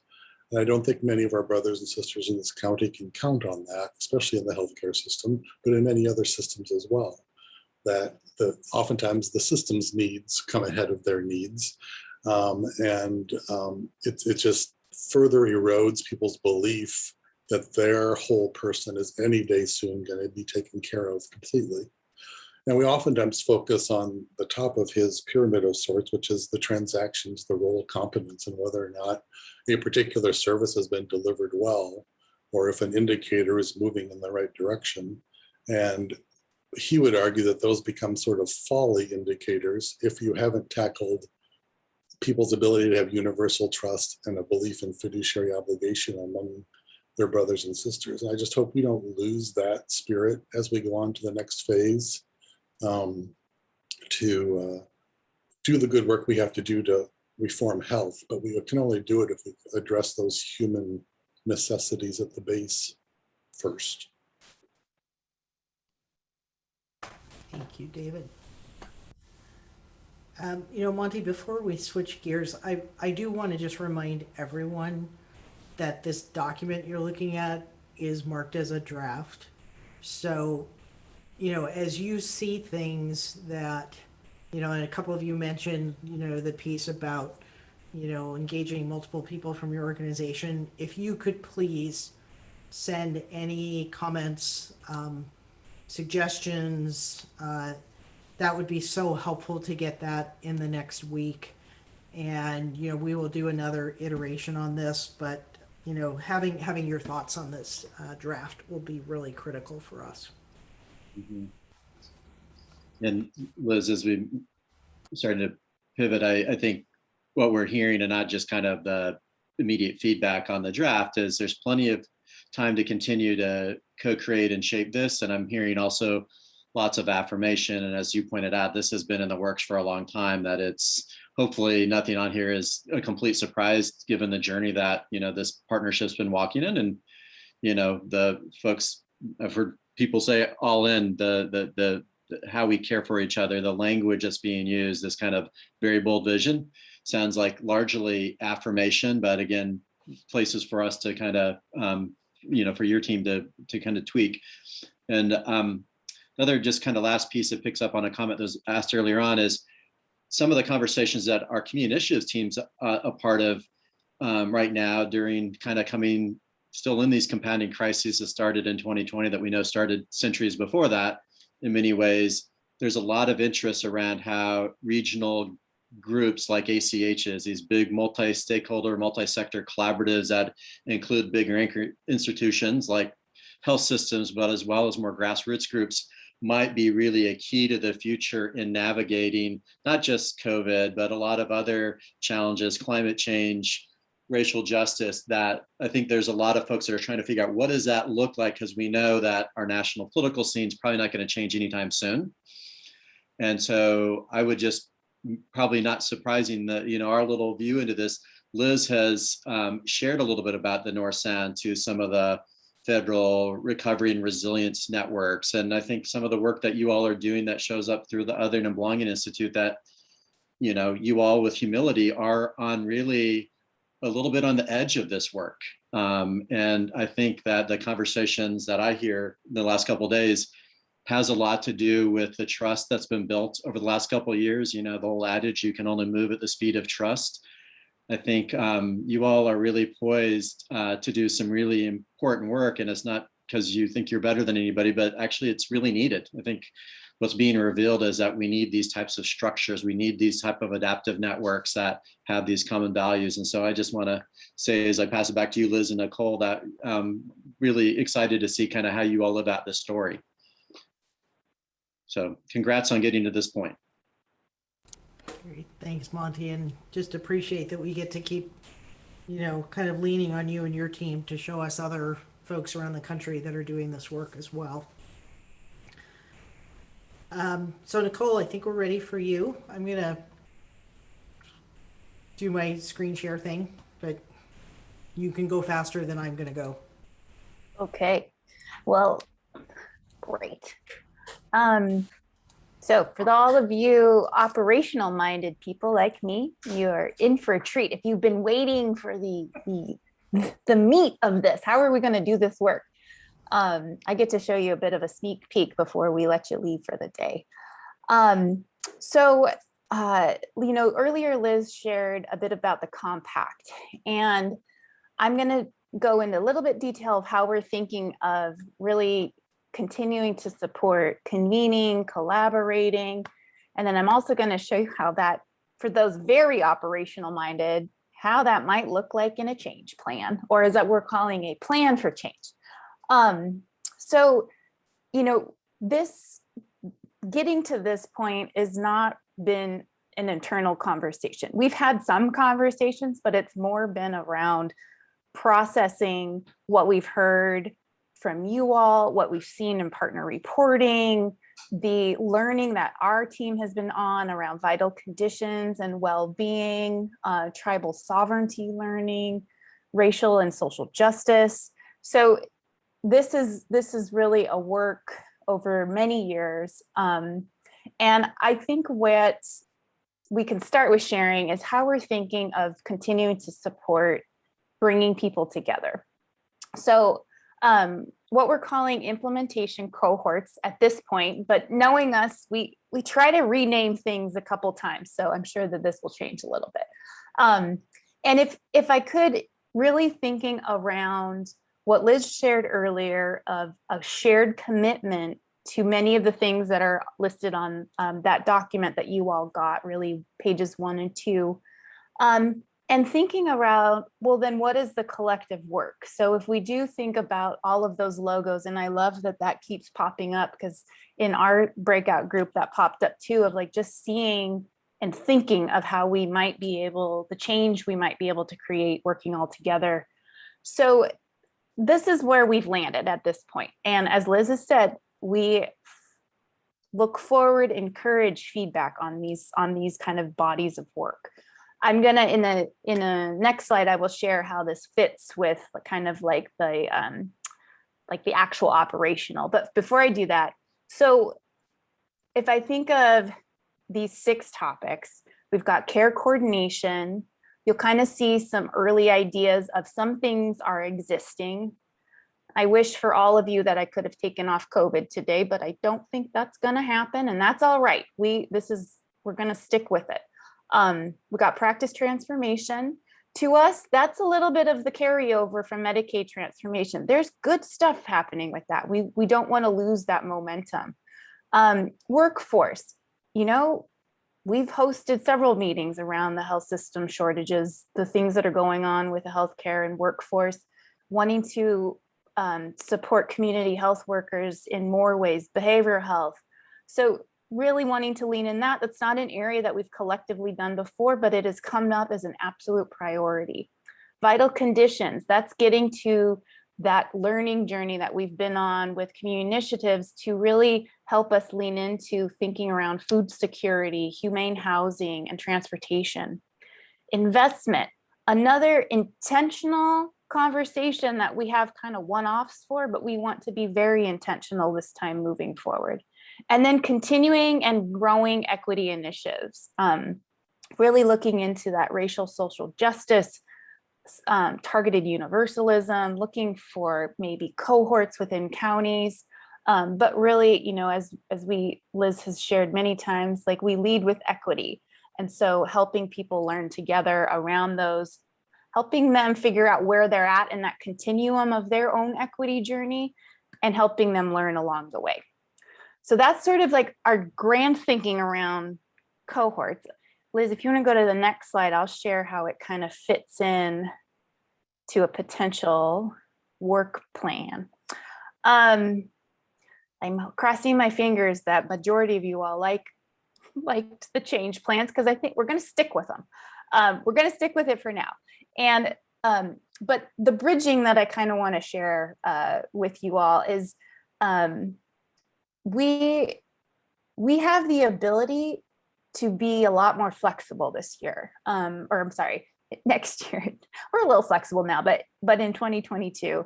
And as Alan very eloquently kind of shared of like, we did try to find the flexibility within Medicaid transformation.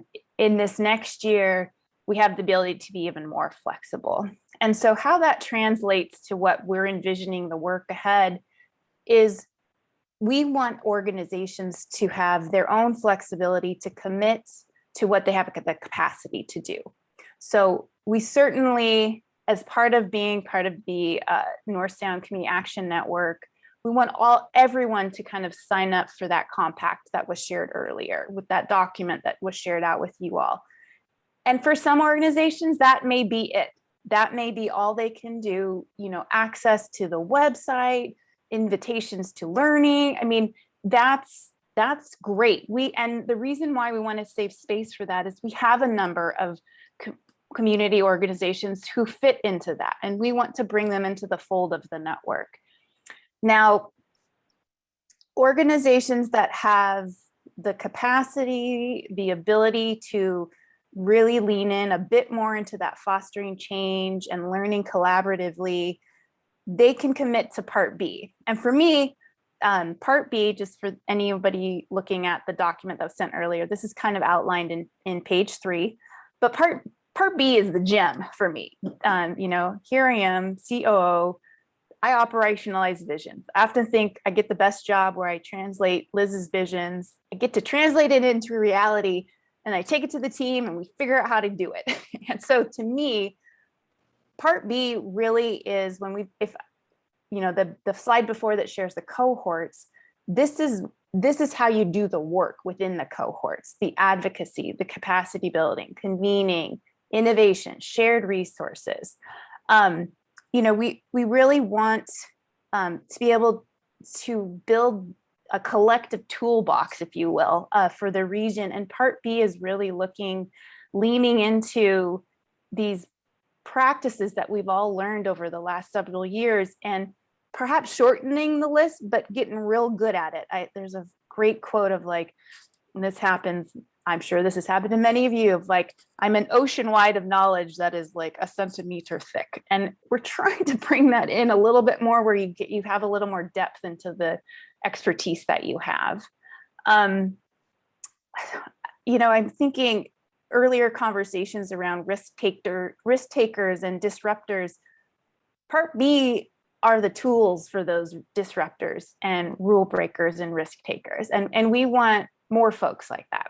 I think, Alan, you also mentioned, like, imagine that whole logo, all risk takers, all disruptors.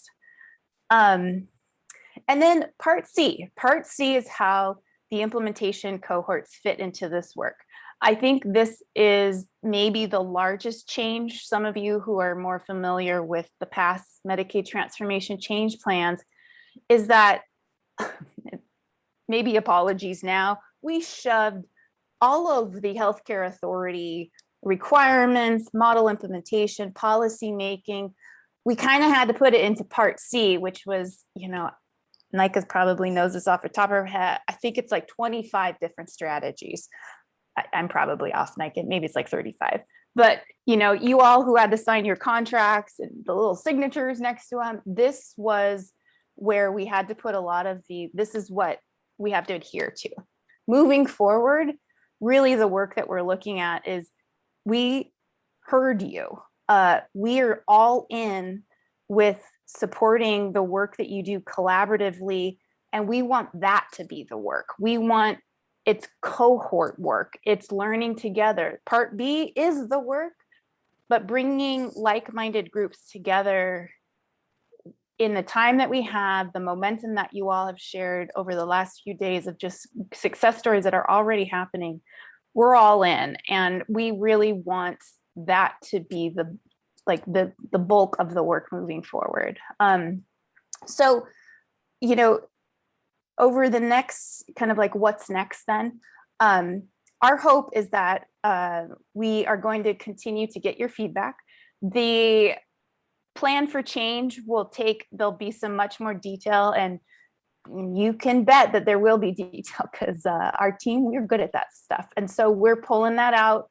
Specifics, I love a good menu of options for folks. And so that's coming. We want to be able to share that with smaller groups, get some feedback on that. And then by the time, we're getting ready for talking about contracts, you're going to have a really good idea of what's to come next year. And so with that, Liz, I think there's a few resources that Stacy's going to put in, you done it, in the chat box of some of the driving documents that we use to get to where we're at. Partner reporting drove this. These meetings, chat comments got there, phone calls got there. So that is how we operationalize this. So Liz, I'll hand it back over to you. Yeah, so there's probably like two things that I want to perhaps just remind us of, because we use the same A+B+C as we did with the first contract. Under Medicaid transformation, in order to have an agreement with us that wasn't just about capacity building, all the implementation contracts required A, B, and C. What we're really saying is that the regional compact and commitment to that can stand alone. That there are elements in that have to do with equitable well-being and how we address racial and social justice and how we honor tribal sovereignty that flows through A, B, and C. So if you see something only in C and you go, oh, like it's only here on part C, it is also in the compact.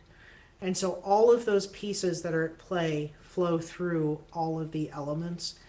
And that notion of the importance of that regional set of commitments and agreements we're putting first. It is incredibly powerful.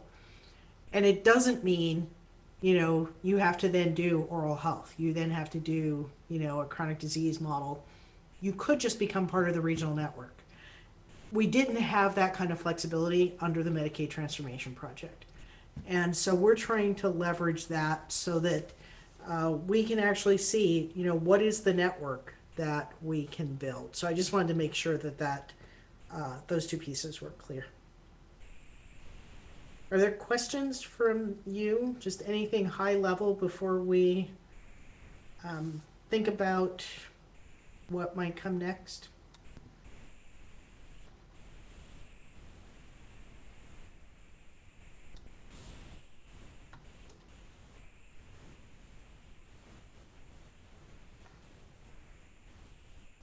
This is so great. Nicole, it's usually me that makes everyone speechless. Nicole, you've made everyone speechless. Liz, I've done my job. We did it. It could also be it's a brand new information, and you know we totally expect we'd like to absorb. I think we are planning to send out the slides, so you'll also have like that last slide to kind of take a look at. But it's like we're just scratching the surface here with this first one. So. You know, looking forward, we are probably going to have some open office hours calls, specifically about the contract, because as again, most of you on this call know, your contracts with us expire at the end of December, and so we are planning one-on-one conversations with each organization. Tiffany will be reaching out to get those scheduled. Probably sometime between mid-September and early first week in October, so that we can talk about your work specifically and not globally across all of the partners. And today was really an introduction for you to the notion of building this regional collaborative action network.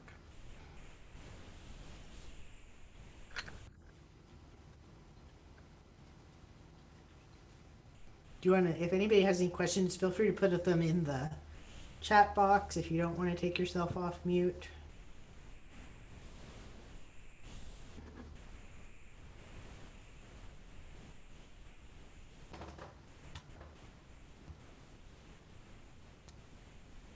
All right.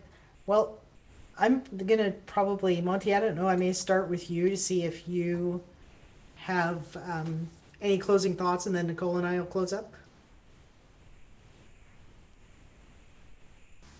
Yeah, my closing thoughts were still that, you know, that I do think that this group is really on the forefront of a lot of the work. And so the last couple of days, I think, was largely a reminder of the enormous asset and potential that you all have to, you know, really lean into serving your communities in some really fascinating ways and important ways moving forward. So kudos for all of the great work and that has happened to date, and onward for kind of what's starting to bubble up. It's really exciting to kind of watch how you all are working and serving and caring together. Thanks, Monte, and just again, your team just like keeps leaning in, and we are so grateful for all the support and knowledge that you share with us. Nicole, any closing thoughts you might have? You know, I think the only thought is just I think you started it, Liz, when we opened of, you know, very thankful for folks who chose to be here today. I don't know about you all, my cheeks are getting hot, my house is getting warm. And so just the fact that we're all here together collectively is a trying times, and I really appreciate the community that you all are committing to building. So much love. And, you know, I may just end, and Lauren, I see your message about how do you become a member. We will be posting as soon as we know that we've got, you know, feedback from you all about the draft, and if there's any changes we need to make, we will post it on our website, and probably, I would imagine, do a newsletter blast about how, you know, anybody can join this regional network. As I said earlier, you know, any of our existing organizations that are on contract, Tiffany will be reaching out and setting up time to do that. And, you know, I'm probably going to start with where I ended yesterday of, you know, yesterday there were just all these comments about humanity and generosity and partnership, collaboration, and I look at your faces, and I am in awe that you chose to be here, and I can't tell you what that means for what the opportunity is for us moving forward, and just so much appreciation.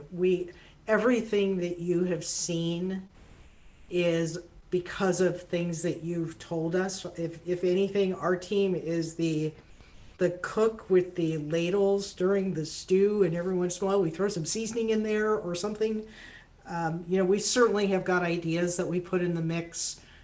It might not be as visible, the ideas we put in the mix that don't work, that we then put back on the shelf.